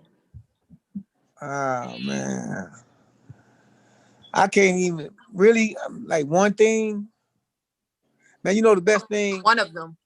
One you know the one best thing that I like about coaching is when my kids call me. They tell me they love me. That's the Yeah. one thing. That's the one thing I love about coaching. With me coaching, and my kids call me back and say they love me. You know what I'm saying? They call me back and say, "Coach, we love you." You know what I'm saying? That's respect. That's just let you know that you did a good Definitely job what respect. you was doing. Yeah, my coach, You know what I'm saying? Coach Goody, my kids don't call me and tell me they love me. My kids call me asking for an Uber. Nah, man, my kids call me and tell me Sounds they right. love me. And you know, that's the best. That's one of the best. That's the best thing about coaching. You know, they call me and my wife. And I have to tell you, they call me on FaceTime. They come out. They call me at 11:30. All be they're different schools. They call me. They link up. They call me, ask me how I'm doing, tell me they love me. You know what I'm saying? And I you know me, I'm hardcore like Chris Head. Y'all know Chris Head? I Mm-hmm. played for Chris Head. Yeah. So you know Chris Head. You know how he coach. That's why I got my coaching style from Chris Head. You know what I'm saying? Certain parts that I got my style from Chris Head, and you know, I'm hard on, but they know, you know, after I'm hard, like, you know, kids make mistakes. So some coaches hold grudges, you know what I'm saying? And kids gonna make mistakes. Y'all, I'm a coach, I'm a grown man, and some kids gonna I made mistakes, you know what I'm saying? So I always hold that value to my heart that kids gonna make mistakes, but it's how you do after mistake. They keep making the same mistake, then that's a different story. But sometimes kids just need somebody to push them and talk to them and get them through. They gonna make mistakes, you know what I'm saying? Some coaches don't understand that. They kick the kid to the curb, but this certain type of kid can't make it in my program. I just think any kid can make it if you believe in them and make them know that you believe in them, they'll do what you ask them to do. My kids know I believe in them. Yep. Exactly. Yep. My question is, when you like when you look at a point guard, what's one thing that they must have for you to like not like them, but just be like, yeah, like Well, You know, I'm a point guard. I was the best point guard in Chicago ever. Yeah, no, let's just keep that. I want to put that on the record on the podcast. Okay. No, I'm just talking, but I was a good point guard. I was a point guard in high school. I was one of the top players in high school and in grammar school. And then I played the junior college. With the junior college, of course. I was junior college. I had some things going on for where I grew up at, so I had some learning. I had some growing up to do. And then I went to junior college. We went to the Hutchinson and junior college, and then we was winning. I always been winning at every level. So me just coming, my coaching style is I'm a point guard coach. So I'm looking for guys who can lead. You know what I'm saying? Who I'm trying to teach them the way it go for the next level. I'm not coaching the high school level. I'm really coaching at the college level because I'm trying to get guys ready to play college ball. And some guys just don't be ready. You know what I'm saying? And some guys don't have enough height to play the level they want to play. Like ain't no 5'9" guy guard going to Duke. You know what I'm saying? So my thing is, but here go the things that you can get you by. If you little, if you can pass forward, you can play 94 feet, 84 feet, whatever it is in high school. You can play the whole full court man to man, and you can be a problem with your size. You can make it. You can make it in college. All you gotta do is come work hard every day. Have the fundamentals. Because first of all, a lot of people don't know. A lot of these guys don't know their fundamentals At right now. all. They can't make left hand layups. I ask kids like, how do you make it in high school and you can't make a left hand layup? You know what I'm saying? That's one of my questions. Like in high school, you have to make a layup with your left hand and right hand. You was learn that in grammar school. So I asked them who was your coach in grammar school? I need to go smack them. You know what I'm saying? Because you at this level and you think you good. Your parents sitting over there, they think you good, and you can't even dribble with your left hand. Then right now at this age where we coaching right now, Vontae, everybody got trainers. Yeah, man. And you know, I think trainers they scamming because they ain't teaching the kids nothing. So I really don't agree with all these scamming trainers who never played basketball, never scored 30 points in their life. You ain't never scored 12 points. You never even played Division I ball, but you're a trainer and you teach the kids how to do NBA stuff. They don't know how to do grammar school stuff. Dribbling with two balls with plastic on it, all this stupid stuff. You know, I just feel like they scamming. You know what I'm saying? And these kids think they got trainers. They miss my prices for trainer, or somebody trainer got to pay a trainer. You can pay me. All I want you to do is work hard. You ain't got to pay me. I just gonna do it. I'm gonna get you for free. Fundamental, left hand, right hand layups, fundamental pump fake. You know, a ball screen. So this little thing they don't teach that in training, but I got a trainer. You know, that's NBA stuff. They want to come to practice. You can't even come to my practice and wear. You can't even wear sweatpants in my practice. You know, you can't wear an armband. You can't do because they get away from playing basketball. They worry about all the material things or the NBA look, and that's why we haven't a lot of success with these guys in high school from Chicago right now. To me, that's just my opinion. You know what? I Speaking on that, agree coach, with you 100% with that, Goody. Speaking on that, coach. So when we have our tryouts, I just do. It's never nothing like, okay, we're just gonna get you out here and play. I want to see you at fundamentals. I do 3-man weave. We do full court layups. Yeah. Shell drill. And Yeah. you'll be surprised how many juniors and seniors come to us like, how you don't know what help side is? Like, how you know what a help line is? Like, how do you know how to shade the passing lane? Like, one pass away. Yeah, they don't get taught that, man. Vontae don't get taught that, Vontae. The best kids, to me, I like to have is small fry kids. They got some type of structure, knowledge about basketball from playing small fry. So I always ask the kids, you know, I just be doing this I do it on purpose. Like all the kids who play small fry, step over here, and all the kids who didn't play small fry, step over here. And then you see the difference. You go to good guys, you go to bad guys. Who the guys who can't play? You know what I'm saying? But then you got the ones who think they play, they ain't play small fry, but their parents are the same ones who talk smack to me or think or get something to say about the coaching. You know what I'm saying? Yeah, so parents are like, especially I can't speak anywhere else. Here in Chicago, it'd be a lot of parents who feel like they kids you know, deserve more than what they put out. And no question.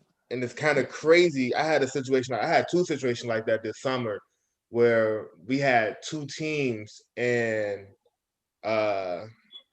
you know, one of the teams is kind of, you know, we have more of the better players. And I had a couple of players is like they deserve to like shoot the ball more and play more. Yeah, man. Come on, man. They got it's messed. Hey, man. Hey, man. They taking the steam out with his coaching. You know what I'm saying? Exactly. It's not like it was, man. It's not. They don't care. It's like this basketball turned to AAU ball, and I Yeah. understand AAU ball. Like I said about AAU ball is for the guys who really can play. Some people need to go train and get better. Go work gym and work on their jump shot, work on their muscle memory, things like that. You know what I'm saying? Work on something to get better. Then in the summertime, come back to me with something new. They're not doing that, Vontae. I think AAU kind of, so the thing with AAU for a lot of programs is they getting the kids and it's just all about playing basketball. It's not teaching them and getting them ready for the following year of high school or getting them prepared for college. It's like, all right, we're gonna put together this team and we're gonna go play in a bunch of tournaments. It's never the development of players. And with my program, I kind of pride myself on breaking. I like to develop players. I like getting the players that nobody else wants, because when we're done with you, it's going to show like, look, this kid was here right before this year. Now look where you at with this kid in just the summertime, because he went out and he don't even understand the game. He's just going to shoot step backs and fadeaways and You know who you if you want to watch and get a good point guard from, like you want to get a good point guard from, you got to watch girls basketball. You know, girls do things a little different. Like it's slow to me. It's girls basketball is slow, but they learn the fundamentals. Like it's they so shoot. fundamentally sound. Correct. You know what I'm saying? But boys, they think they know everything. And like I said, to me, man, it's just a lot of hoop dreams. You know, it's hard to find a good point guard. The best point guard I've seen in the wild, in point guard that I'm telling people they need to look at was Tyler Eulis. Yeah. Have y'all the one who asked me the question? You seen any Tyler Eulis around lately? No. Any of y'all see the Tyler Eulis type? Everybody know Tyler Eulis? No, it ain't been a point guard like Tyler Eulis out of Chicago in a while. To be honest, Goody. No, none. You know, Tyler Eulis that's what a point guard is. You know what I'm saying? Somebody who control the game without scoring 40 points or scoring 30. You know what I'm saying? They just pass and they find he had a guy on his team with one arm. And still and got it done. You know what I'm saying? You couldn't tell this guy only had one arm, but that guy was that good. You know what I'm saying? As a point guard, and he's a midget. Tyler, you was small. He wasn't no big guard. Yep. He went to Kentucky. You know what I'm saying? So for that question for the point guard, you know, I'm looking for somebody who could be a leader, that know everybody position on the court, know that you could talk to, that could tell me some things on the court, that see what's going on before it happened, and tell me the scout report. These guys play against each other right now, Vontae. They don't even know who the best player of the other team is. All they know is they friends, or they on social network with each other. They don't even come to the game saying, "I know he only can go left. Oh, he only can go right." You know what I'm saying? Or they don't come to the game like they don't watch games that night. They're not watching the NBA game right now. They somewhere doing something different. Yep. They don't watch basketball. They're not trying to learn. Everybody's trying to play. They're not trying to learn. I That's why spoke to several point guards this summer about, just being the leader. And the sad part about the Chicago point guards right now is everybody feel like they gotta go score the ball. And it's kind of like you 6 feet. Like, not too many schools are gonna look at you shooting 20, 30 shots at 6 feet. I'm sorry. It's rare that 6 foot guards shooting 20, 30 shots on a team is going to go far, bro. But who's Not telling for they a wrong, winning Vontae? program. Huh? Who's telling them guys? Are you telling your guys on your AU team that? Are you telling them guys who play for your team? People on the fire, are they telling their guys that? Are they telling them the real, or are they just letting them do what they want to do because they want to win, or they just want to have the best guys on their team? Yeah, no, I definitely tell guys like, we please don't, like, you my point guard. I need you to come lead my team. First of all, if you can't talk and be vocal, how are you gonna be my point guard? They don't understand that, Vontae. You don't know what you're talking about. You just talking. Like, how are you gonna be the point guard if you can't open your mouth and lead the guys? Like, sometimes you got to come down, stop the play, and direct. Like I said that all summer. If you can't do that, it's gonna be hard for me to send. Like, you keep talking to me, do you want to go Division 1? I can't send this to Division 1 coach. Y'all gotta do as coaches, man. You an AAU coach too, and you talk to college coaches, but you gotta sometimes, like when college coaches come to my school, I let the coach talk, man. Tell them what they're looking for when they come to Chicago. Like, they're not looking for They not in Chicago looking for no softy. They come in here looking for some tough guys for the inner city, but also they look for a good kid. You know what I'm saying? A Yep. good kid is somebody who's not smoking weed in their room, not doing messing up on campus. Because they gonna lose their job. See, I ain't gonna get fired at Bogan for what you do.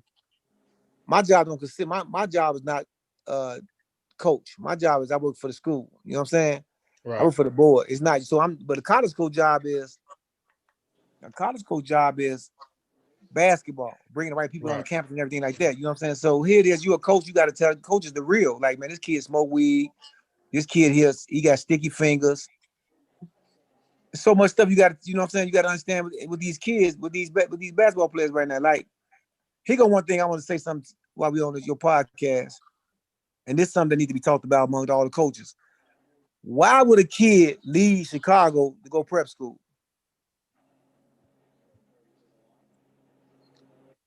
Now you tell me So that. I know this year because of the pandemic, I guess everybody wanted to go play, but any other time it's like so the thing is so we spoke on this earlier. It's parents. Parents is like With hoop dreams. yeah, it's You gonna like let your kid go to a prep school out of town during a pandemic just to play basketball, like they going to the league, like they're a top player. Do that make sense? Why would I let my son go live with some other people with bed bugs or in these rooms? You don't know what's going on at these schools, at these prep schools, be gone just to play basketball because there's no season. Come on, Vontae. Do that make sense? That don't make no sense. Chicago never been a prep school city, man. We never did prep school. We the top city, one of the top cities in the country.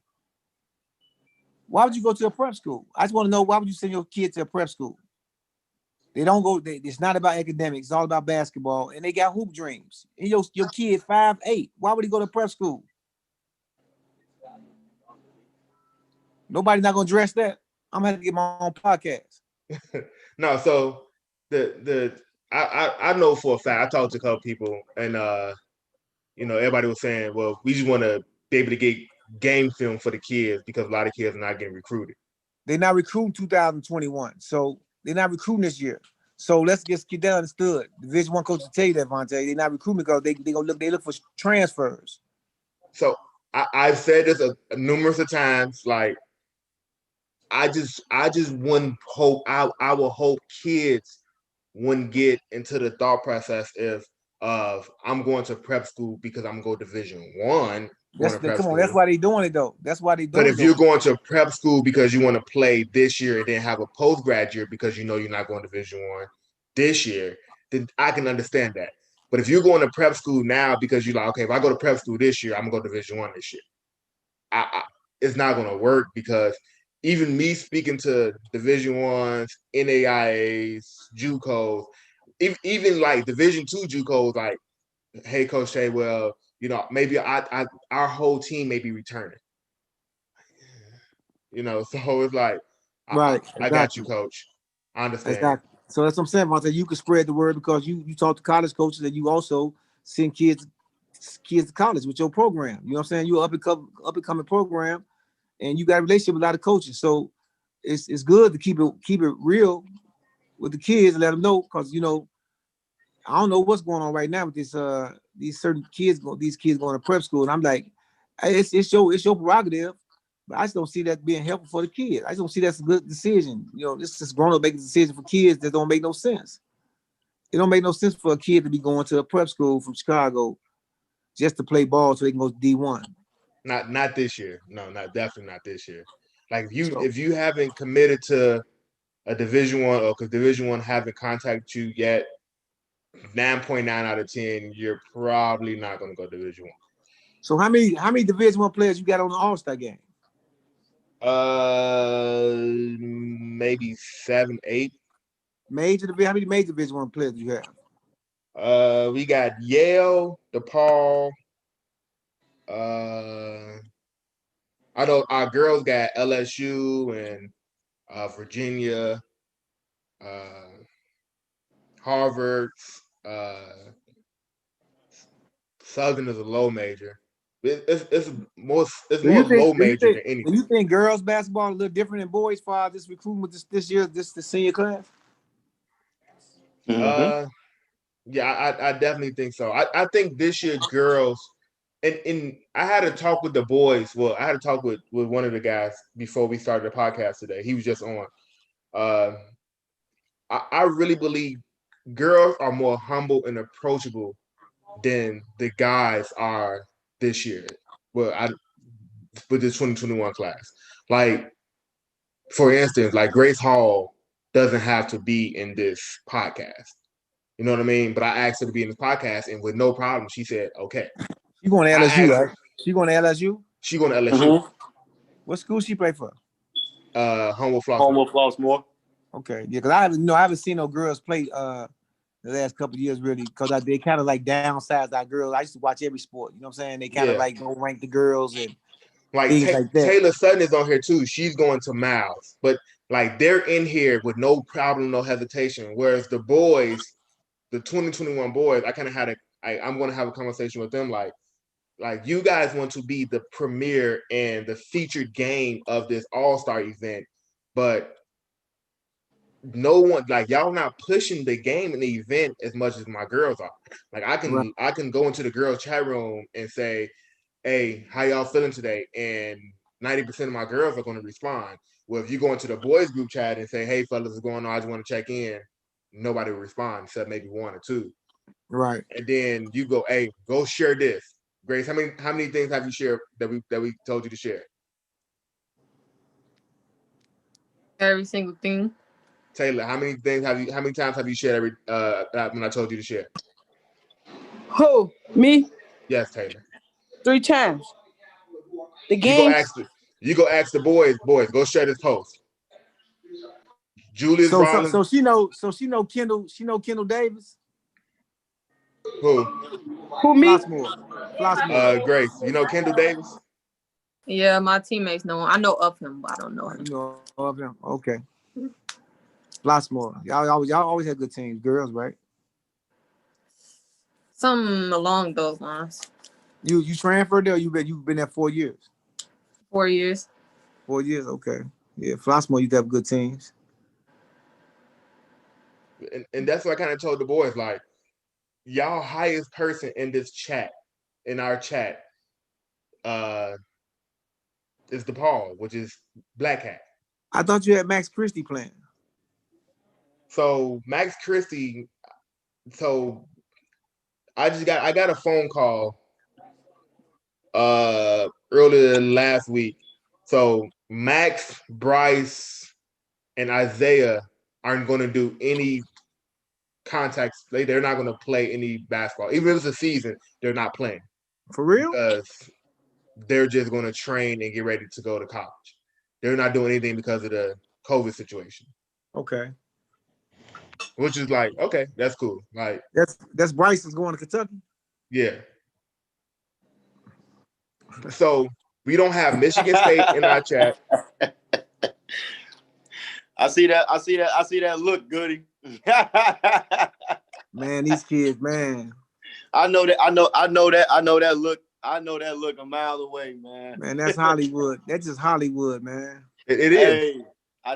Hey, Goody, I told Tay, man, you can go get kids that's thirsty to want to be seen, that want to be a part of this event. You know what I mean? Like, Yeah, it's like they like a lot of these kids don't like a lot, not the girl side, but the guy side, like the humbleness. Everybody wants to feel entitled. Exactly. Everybody wants to feel entitled in the boys' side of this generation that's coming up. Nobody wants to really want to go put that work in and go up against them. Like, everybody wants to feel entitled. Like, I'm supposed to have this, or you're supposed to want to reach out to me. Why? Because you got a couple of mixtapes out and everybody is ranting and raving over you. Man, they got basketball. They got the basketball world messed up, man. I'm talking about the social network, man. I just look at it, man. Like I seen it, man. It's not the same no more. I think all the coaches want to get out of coaching right now. I think everybody kind of like on the same day. All the coaches who've been here for a while, like, man, it's like. So, Coach Good, I was just having a conversation with Keon, right? Me and Keon was having a conversation, and we were talking about how we was looking at players like, bro, these kids got this like certain particular kids, like he got 10 mixtapes. And when I know this kid, he's not good at all. But if you watch one of his mixtape, like, But so college coaches don't really they don't be wanting mixtapes. They want full tapes. And then after they get the tapes, after I send them a tape, they want to come to Chicago. They want to see him. They want to see him in view. They want to see him face to face. They want to come to the gym room, see Bogan practices, and see us getting down and playing tough basketball. Then they be like, yeah, he Bogan tough. You know what I'm saying? He good. Yep. Blah blah so blah. You know what I'm so saying? with the pandemic this year, coach, so a lot of college coaches, well, I won't say a lot, college coaches have been asking for mixtapes because they haven't had access to the players. But I just had a conversation with the lady who run Real Mecca, and I was because we was having a conversation because she's going to do a lot of the filming for my event, and she was telling me like kids are asking her to do like specific videos so they can send to college. Right. And I was like, and I told her, that's going to hurt them more than anything because you got certain players that's like you're portraying a player that you're not. So if you go send this video, so the college coach said, I want to see you playing shooting jump shots, and you send a video where you making jump shots, and you go send it to the coach, and then he finally get to see you play, and you can't make open jump shots. Like you got to like, and I think that's an issue. A lot of coaches and players are not being real with themselves in their game and where it actually is. It's a lot of false hope, like you said, hoop dreams. A lot of coaches are telling kids they're better than what they are, Hoop dream. and yeah, and it's sad because a lot of coaches be like, oh, well, a lot of players be like, well, I talked to a coach and he said he talked to uh, UIC for me. Like, kid, you not Division One. You're not Division One right now. Like, that's not something you want to put yourself in. But then I tell a kid that, and then it's like, oh, he hating. He don't know what you're talking about. They can say if they want it. Yeah. Yeah, oh, that's fine. So when you find yourself at home playing in the open gym or program with me, like I just had a kid like, well, can you help me get in school? No, when I tried to help you get in school, young fella, you told me F off in so many words, like I don't know what I'm talking about. No, whoever gave you advice, go figure it out. Because I had schools for you. I had a school for one of your players, and who we already talked about that player. Which one is that? Scott. Who? Scott. Oh yeah, Scott. Yeah, Scott. Yeah, man. Like I had a coach on the phone ready, like he like I need length, and I'm like, okay, look, cool. Let me call Scott. Call Scott. It wasn't big enough for Scott. Like man, Scott. If I had Scott landed at a D1 junior college, right? He got other things going on in his life, man. You know, these kids have other things going on because I had it set up in like people have forgot their role on the team or what they shortcomings are on the court. You know what I'm saying? Right. And if somebody set you up where you don't have to do all this stuff, then that means I got to text you. I can't text because that's the documentation, but because they'll be like, Coach Goody said this. Right. But I had to start keeping it 100 with them, start being real. You know what I'm saying? Then I start saying stuff they don't want to hear be said about your game. You know what I'm saying? But I don't know what's wrong with people. I just don't understand, man. That's what I'm saying. I couldn't coach AAU ball because I'm gonna be coaching AAU ball like I coach high school ball. I ain't trying to lose. And I ain't come nowhere for nobody to play all-star basketball on me. You know what I'm saying? Yeah, exactly. So, I ain't gonna let nobody do what they want to do around me, man. So I don't know, man. Like, I think I want to go coach girls basketball. Grace shaking her head. She saying, no. Are girls bad, Grace? Yeah. I will say what you said. Girls are way more humble.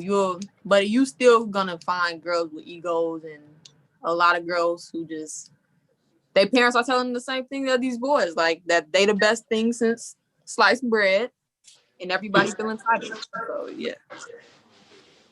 They doing that too with the girls, huh? Definitely. There's a lot of females walking around like that don't even got no schools under their belt right now. So I think we just messed. I think the game messed up in Chicago. I mean, to me, like like I said, I don't really see girls. No, I used to see girls basketball, and I watched Whitney Young and all them other schools like that, and I seen girls that really can play. And then, but they have downgraded girls basketball real bad because they don't do rankings and nothing no more. Nope. So everybody go to Kenwood. I see everybody go to Kenwood, and everybody go to Simeon. now. When Young got a pretty good team. Yeah, They Whitney keep a Young always solid have been team. good. So I've been following basketball. I know Boga used to always have a good basketball team. When we had Coach Bear, we always had a good team. But for the most part, man, they don't even talk about girls basketball no more. Yeah, it's pretty much it's a bad case right now because even with this All-Star event, like I was telling the girls, like I know I my first thing with them, they'll tell you I apologize, like I deal with the boys side. Like I don't really deal with the girls side, so I really don't know too much in particular about you guys. But you guys have brought to me as some of the top players in the state. But again, even with that, like they humbly accepted this, not even knowing who I was.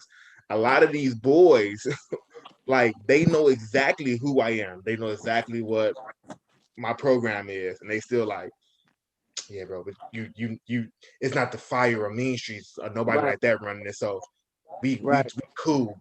Right. right. They can So play you. They think that you got to be up on the main streets in the fire. and at the end of the day, like no shade to Kobe and your fire people and none of that. Nobody send more kids to school than the Illinois Wolves. No, nobody. No, nobody do more than Mike Mullins. Nobody. You right, Mike Mullins with the Wolves. And that's just being honest. Like Kobe, y'all got pro players, but he makes sure he get his kids in school. He'll let you know that my 1 through 10 gonna go to school. Yeah, for sure. I'm on Under Armour team, so I know I deal with Mike Mullins. Yeah, he definitely let you know my 1 through 10 is going to school. Yeah, and he gonna take who he want to take. He ain't gonna mess with all. He ain't gonna mess around all the players from Chicago. Yeah, And he ain't gonna do all that. and that's the other thing going on too, Coach. A lot of adults in Chicago feel like not only are the kids, the adults feel like they entitled to kids. Like they be feeling like kids belong to them. Like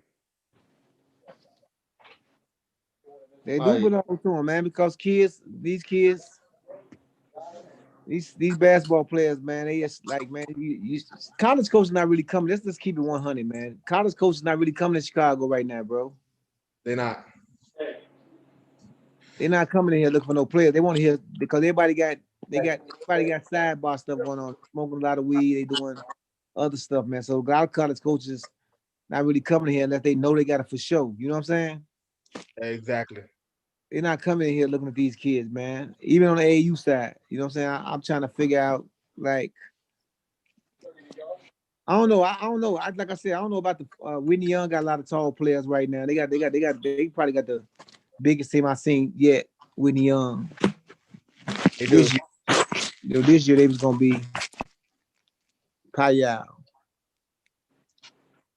So Goody, one of my questions to you. You've been around basketball a long time. You've seen a lot of players. Yeah. Maybe not. We ain't gonna go far back, but maybe from 2000 to now. Can you name maybe like five guys who out of Chicago who you say you either coached against or had with some of your top guys, maybe like five guys? Man, Jabari Parker. I coached against Taylor. I coached against Kendrick Nunn.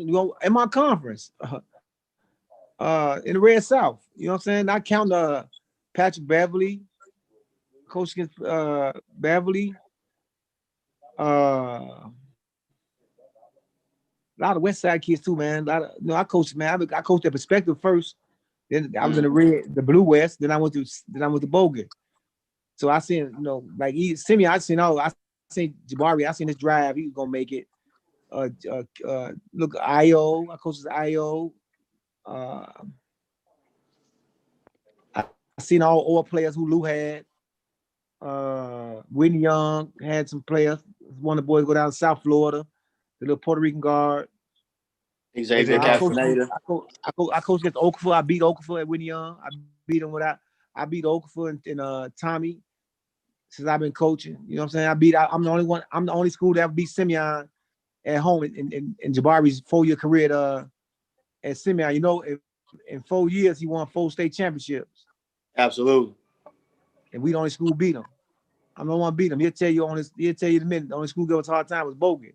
And remember now, I'm saying we playing with no Division I player. They say, you know what I'm saying? But it's a style. It's just my brand. My school is a brand. You say Bogan, they're gonna say they play hard. They're gonna play you hard. You know what I'm saying? Yep. Exactly. All day long. All day long. That's gonna be our brand. You know what I'm saying? Then I heard the people used to be having nods talking about I can't win the big game, but I ain't got nobody outside my door. I don't have nobody outside my door at Bogan like Simeon. They get to pick the kid. They get to pick and choose who they want. You know what I'm saying? I got to take the scraps from Ariel or one of the schools that nobody want. They say they want to win. They come to Bogan. You know what I'm saying? And then in 2-3 years, they be like, man, I ain't know that kid was that good.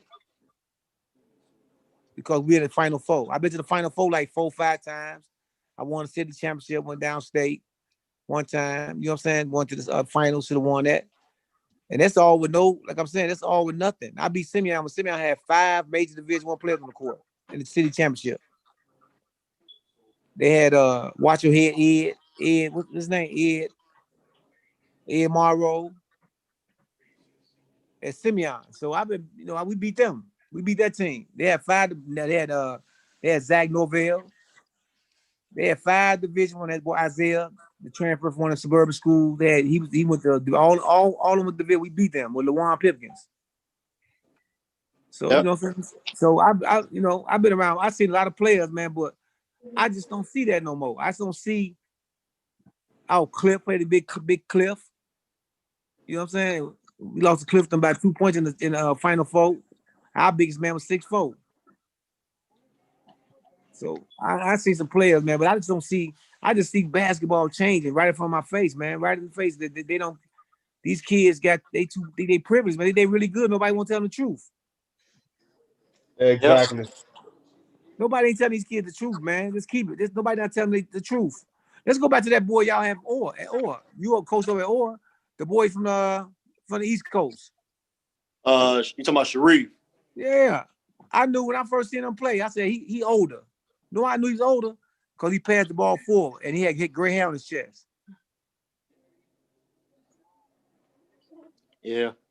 You know what I'm saying? He came up here and he was good at prep school. He was killing it. And he could play. You know what I'm saying? But you could tell he was a little older to me. You know what I'm saying? Transfer. Marcus Levesque came to Chicago.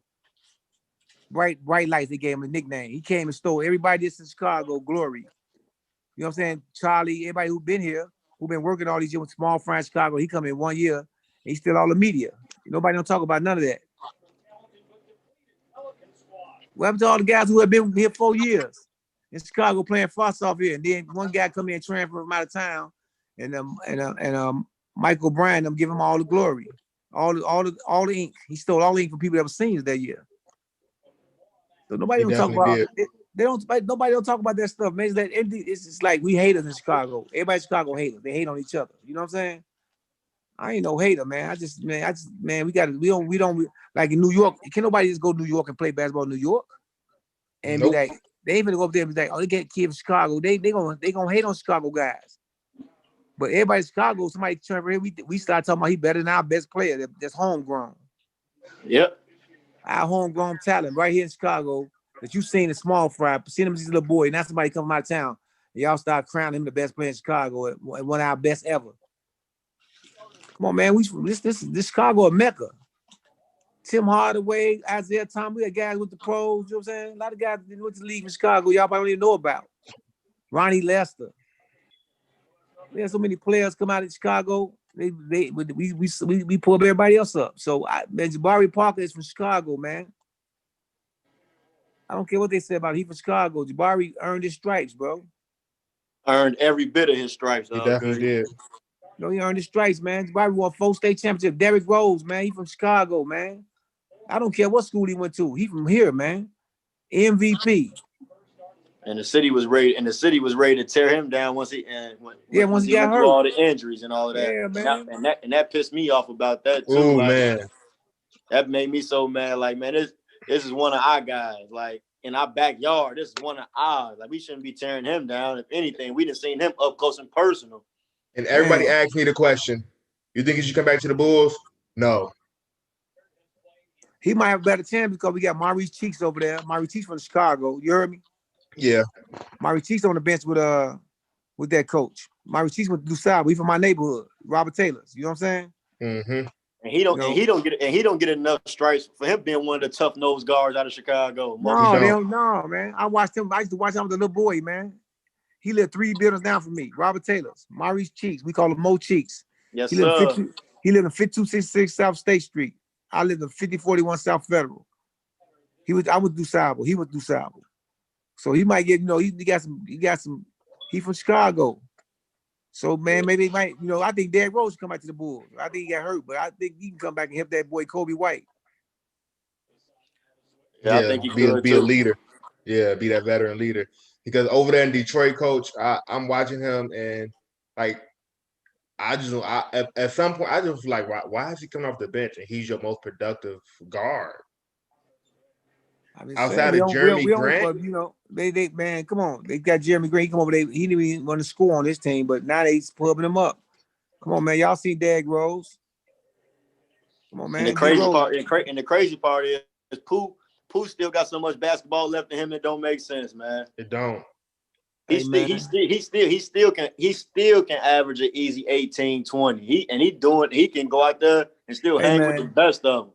Hey, I was a hater, man, because I thought in high school, right, about me being a basketball fanatic, I watched Derrick Rose. He was scoring 7 points, 8 points. You know what I'm saying? And they was pumping him up. He was athletic and things like that. So for me, when you go to high school game in Chicago, and I grew up at the best high school player I've seen in high school play in front of me was Jamie Brandon. And I'm way older than Jamie Brandon. But Jamie Brandon, you go get some popcorn, you're gonna see 38, 35 points every game. And they gonna be undefeated. King. You know what I'm saying? Mm-hmm. So I was used to seeing Derrick Rose. I mean, I seeing Jamie Brandon, but Derrick Rose, man, he was different. They seem like that's why it's called scouts. They get paid to know what I don't know. You know what I'm saying? Right. And here we are being couch scouts. You know what I'm saying?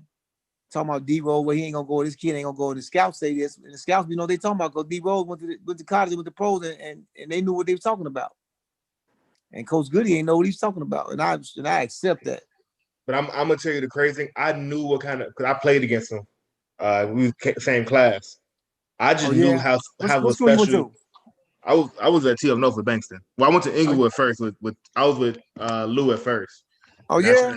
Yeah, I was with Lou at Inglewood. I didn't know that. Yeah. Did you play for Bankston? Yeah, I played for Bankston. Okay. Played for Timmy, huh? Played for Timmy boy. Yeah, I played for Bankston. Left hand Timmy. I went to Simeon in my freshman year, and Tim was a sophomore. He played for Suburban Grammar School. He one of my favorite coaches too, man. Big Bankston, man. And he old school. Yeah, he old school. He want to get the best. He want to get the best out of you, no matter what. He always been one of my favorite coaches. You gonna put that pat on your booty? Yeah. Old school, Simeon. That's what we grew up at. You know what I'm saying? Talking about the paddle. That paddle kept you right. Your left hand better be good. It definitely did. I remember when the parents told on Thigpen. Yeah, they told the other coach at Simeon, the sophomore coach. Yeah. Fred. His name was Fred. I think his name was Fred. They told him Fred.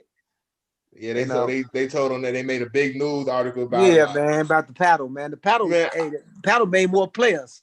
It did. I was reading an article in college, like, man, bro, these parents are soft. Man, come on, Like, man. You can't holler at a kid, man. You can't even holler at these kids, man. bro, first of all, Lou did the paddle, Yes, sir. right? He definitely let you turn his ball over with. Come on over here, grab them ankles. Yes, sir. What? Yeah, bro. Yes, They sir. I know for a fact they did the paddle at Simeon at one point because Big Tim would tell you like a lot of times for pool, Big Tim took his paddle like Big Tim would tell you that. But they Man, he from stopped all Simeon, man. If you from yeah, Simeon, you know Simeon. That's what they. Come on, man. I played for Coach Hamp. Coach yeah, Hamp. Coach Hamp had a paddle in his back pocket like it was a wallet. yeah. But now it's like you can't like Chris Head. Chris Head can probably never coach back. He can't coach in this era.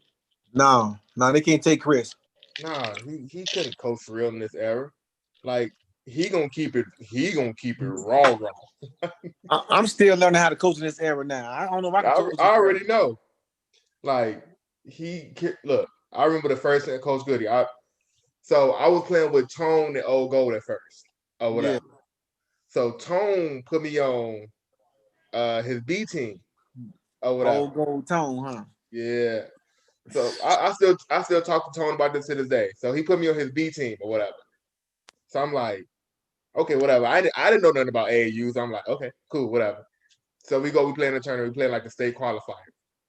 So we get all the way to like the fourth place game, and we end up losing in the final four. But then finally the top 4 teams went qualified for state.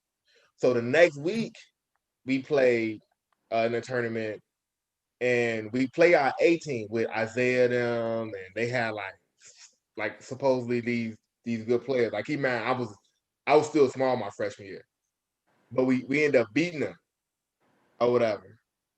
So we ended up going to our third tournament, and I was still on the B team. And Coach Jeff, that's over at he was Team 10 now. He wouldn't even coach high school basketball anymore. He came over to me like, Oh, you talking about Champ, boy? That's my best friend. yeah. Come on, Jeff. Yeah. Jeffrey Duncan, that's my best friend. Champ. You play for Jeff? No, I didn't play for Jeff. But look, he come over to me, he like, man, why are you still not on the top team? I'm like, I don't know. He like, yeah, that don't make sense. He like, you too good of a guard to be not on the A team. I'm gonna let you know that now. Like, so if you want to come play with us, bro, you could definitely gonna play on my A team. What team is Champ coaching in? The Hawks. The Hawks, yeah, nigga. I coach them on the Hawks. Yeah. I coach them on Hawks too, boy. Yeah, so the following weekend, so I went to you play for practice the with the Hawks Hawks. too, huh? Chris Hayes, Yeah. that's my man's. So I went and played in Racine. They had the KG Racine, and my very first. So I get in the game. So I didn't start because it was my first tournament. I remember meeting at Madison at the United Center and getting in the van. So I meet them at the United Center. We get in the van. So we drive all over to Racine, and the whole time like they talking to me like, man, they said you good because Jeff went in the van. So Jeff had told him that I'm saying that I'm coming to play. So I was with Coach DC, who's over at Mean Streets now. Yeah, Durham. Yeah. So I'm like, he like, man, they said you good, man. You as good as they say you are. I'm like, I guess, you know what I'm saying? I don't know. He like, okay, we're gonna see. So I come off the bench or whatever. So Chris comes down. My very first game, Chris comes, he sit on our bench, right? So I see Chris, I didn't even know who Chris Head was. Like Chris comes down, he sit on the bench. I get in the game, I get to steal a half court. I go to lay the ball up and put my hand behind my head and lay the ball up. Chris called a timeout and was fin to kill me. I did not know who this man was. I just scored the layup. Well, I know he went nuts on you, boy. Went bananas. Man, you better not never in your mother life do no dumb Ooh, I bet Chris gave you. That sounds just like Chris. That's Chris, man. You know that's Chris. That's Chris. That sounds just you like. Gotta be you would never play for me, you stupid mother. Don't do no dumb. We win in class. You did the old Carl Malone, huh? Yeah, my bad, bro. And from that point forward, like I just learned to just play hard and win in So what year you come out of high school? 07. So 07, I started coaching. I started coaching at Bogan Varsity in 08. So are you older than Mike Powell? Who was Mike Powell? Mike Powell Jr. that played at Brooks. Probably so. Oh, Mike Powell and the twins and all them came out of Brooks. Yeah. I'm older than them. Yeah, I'm older than them. Okay, so yeah, because I coached against them. You right. I coached against Mike Powell and George. Yeah, and George and all them. Yeah, Yeah, okay. Yeah, so I was coaching the Hawks too. That's what I'm saying. Yeah. So the crazy part about it, let me tell you how good Chris had. Like and the good thing you say that, Coach Good, because we went and we played OJ Mayo them in that. Well, we went to nationals. First of all, like whenever we went to a tournament, because we didn't have any of the quote unquote national ranked players, like but we played in all the national ranked tournaments. Yeah. Like, and we were winning tournaments. We went to nationals my sophomore with 7 year. players. Chris only taking 7, 8 players. Exactly. So we go down to Everybody can play nationals. for Chris. My sophomore year. Listen to this, Grace. We went to national my sophomore year. I started getting bigger and started filling out, right? So we go play OJ Mayo for the national championship. I'll never forget this, right? Like I'm at this point, there's no YouTube, there's no Slam magazine rankings and none of that. Like there's really like none of that. You know what I mean? Like it's just all based on word of mouth. Like I knew who OJ Mayo was because people talked about him. But when I finally seen them, like, okay, this OJ Mayo. Okay, cool. Bro, when we played them, we frustrated him and Bill Walker. People don't remember Bill Walker. I remember Bill Walker, boy. Bill Walker was a killer. Bro, he was Blake Griffin before Blake Griffin. Yeah, Bill Walker was cold. Man, he was taking off on people. Bill Walker didn't have no dunks against us. Nigga, that's cause you played for Chris Ed. He better not got a dunk. Somebody went there and dunked in some donuts. He didn't have a dunk against us.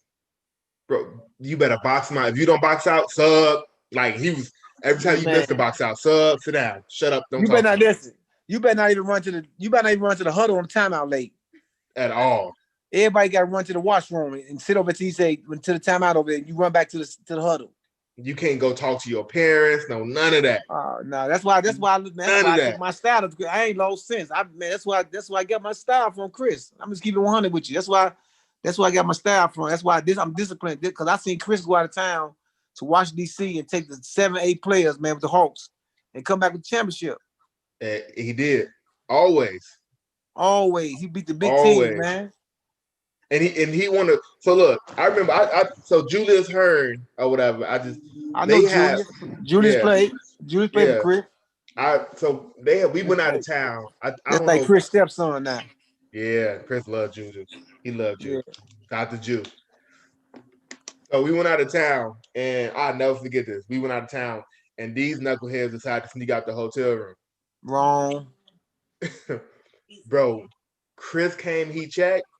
Oh, you son of a, don't worry about it. You will find your own way back to the crib. Oh, dumb smoke was going off, right? Yep. They thought he was playing that they weren't gonna play. He didn't even go like, because they were 17 at the time. He didn't even go 16 you gonna play. No, you know what I'm gonna do? I'm gonna play my 15U, my 17U spot. We went and we played and we won our first 17U game. We lost our second 17U game by 80 points. By 80? Yeah. But we played the Atlanta Celtics. Y'all played who? The Atlanta Celtics. Oh, they was good? Yeah, they had Dwight Howard and Josh Howard. Yeah. All of them went to the NBA. You know what I'm saying, a year later. Because Josh Howard, Dwight Howard didn't go to college. Nope. Josh Howard didn't either. They went straight to the pros. They had a whole team full of straight from high school to the NBA team. Like, and again, at that time, it was no internet media rankings. It was like word of mouth. So when people was telling us like, yeah, y'all got, so when we beat the first 17U team, like Chris was telling us like, good job, y'all play hard. So we looking at the schedule like we played Atlanta Celtics. So everybody telling them they good. We so confident because we beat the 17U team before, like, man, we ain't worried about them. So they come out, they land the ball up. They big as hell, coach. They land the ball up. And all of a sudden right here, now they dunking. Bro, they beat the brakes off us. I was 15. Wasn't even fair. Like they took the ball off, and that was the first time ever. Like Chris wasn't even like he wasn't even mad at us. Like he actually, like he congratulated us. Like we didn't even like even though we lost by 80, like you wouldn't tell like about our effort. Like we was losing by a lot, and we went out there pouting and crying. We just kept playing. Like what's the worst we can do? What the worst we can do is not try and lose by more, bro. Damn, 80 points. Yeah, they beat the hell out of us. I don't think I can get a shot to the rim. I think we scored what 6 points. I had 2, and then my homie Justin Hightower had 4 points. Hightower. Mm-hmm. What school do you play for? Proviso West. I don't know him. Yeah. Our biggest person was this kid named Lalo who went to Lane Tech. Lalo was like 6'4", 6'5" at the time. Playing for Chris, a Lane Tech kid? Yep. We had 2 Lane Tech kids at the time. We had Lalo and Andrew Fair. Both of them went to Lane Tech. And then we had yes, sir.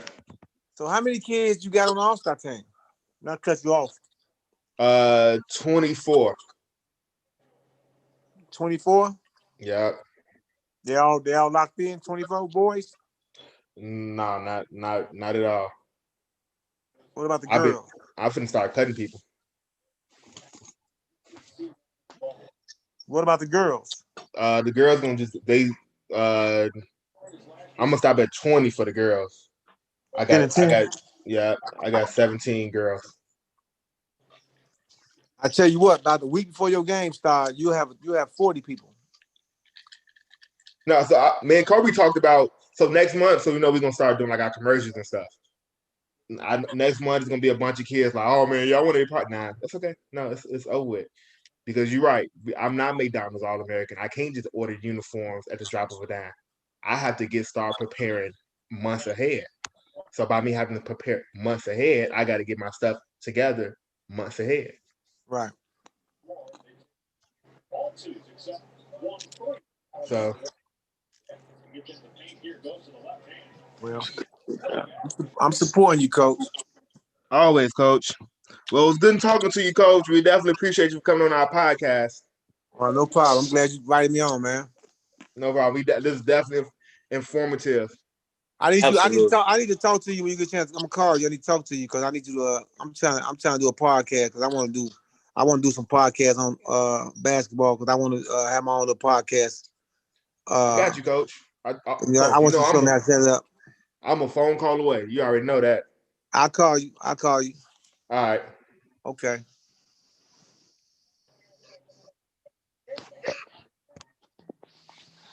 I'm gonna get off there.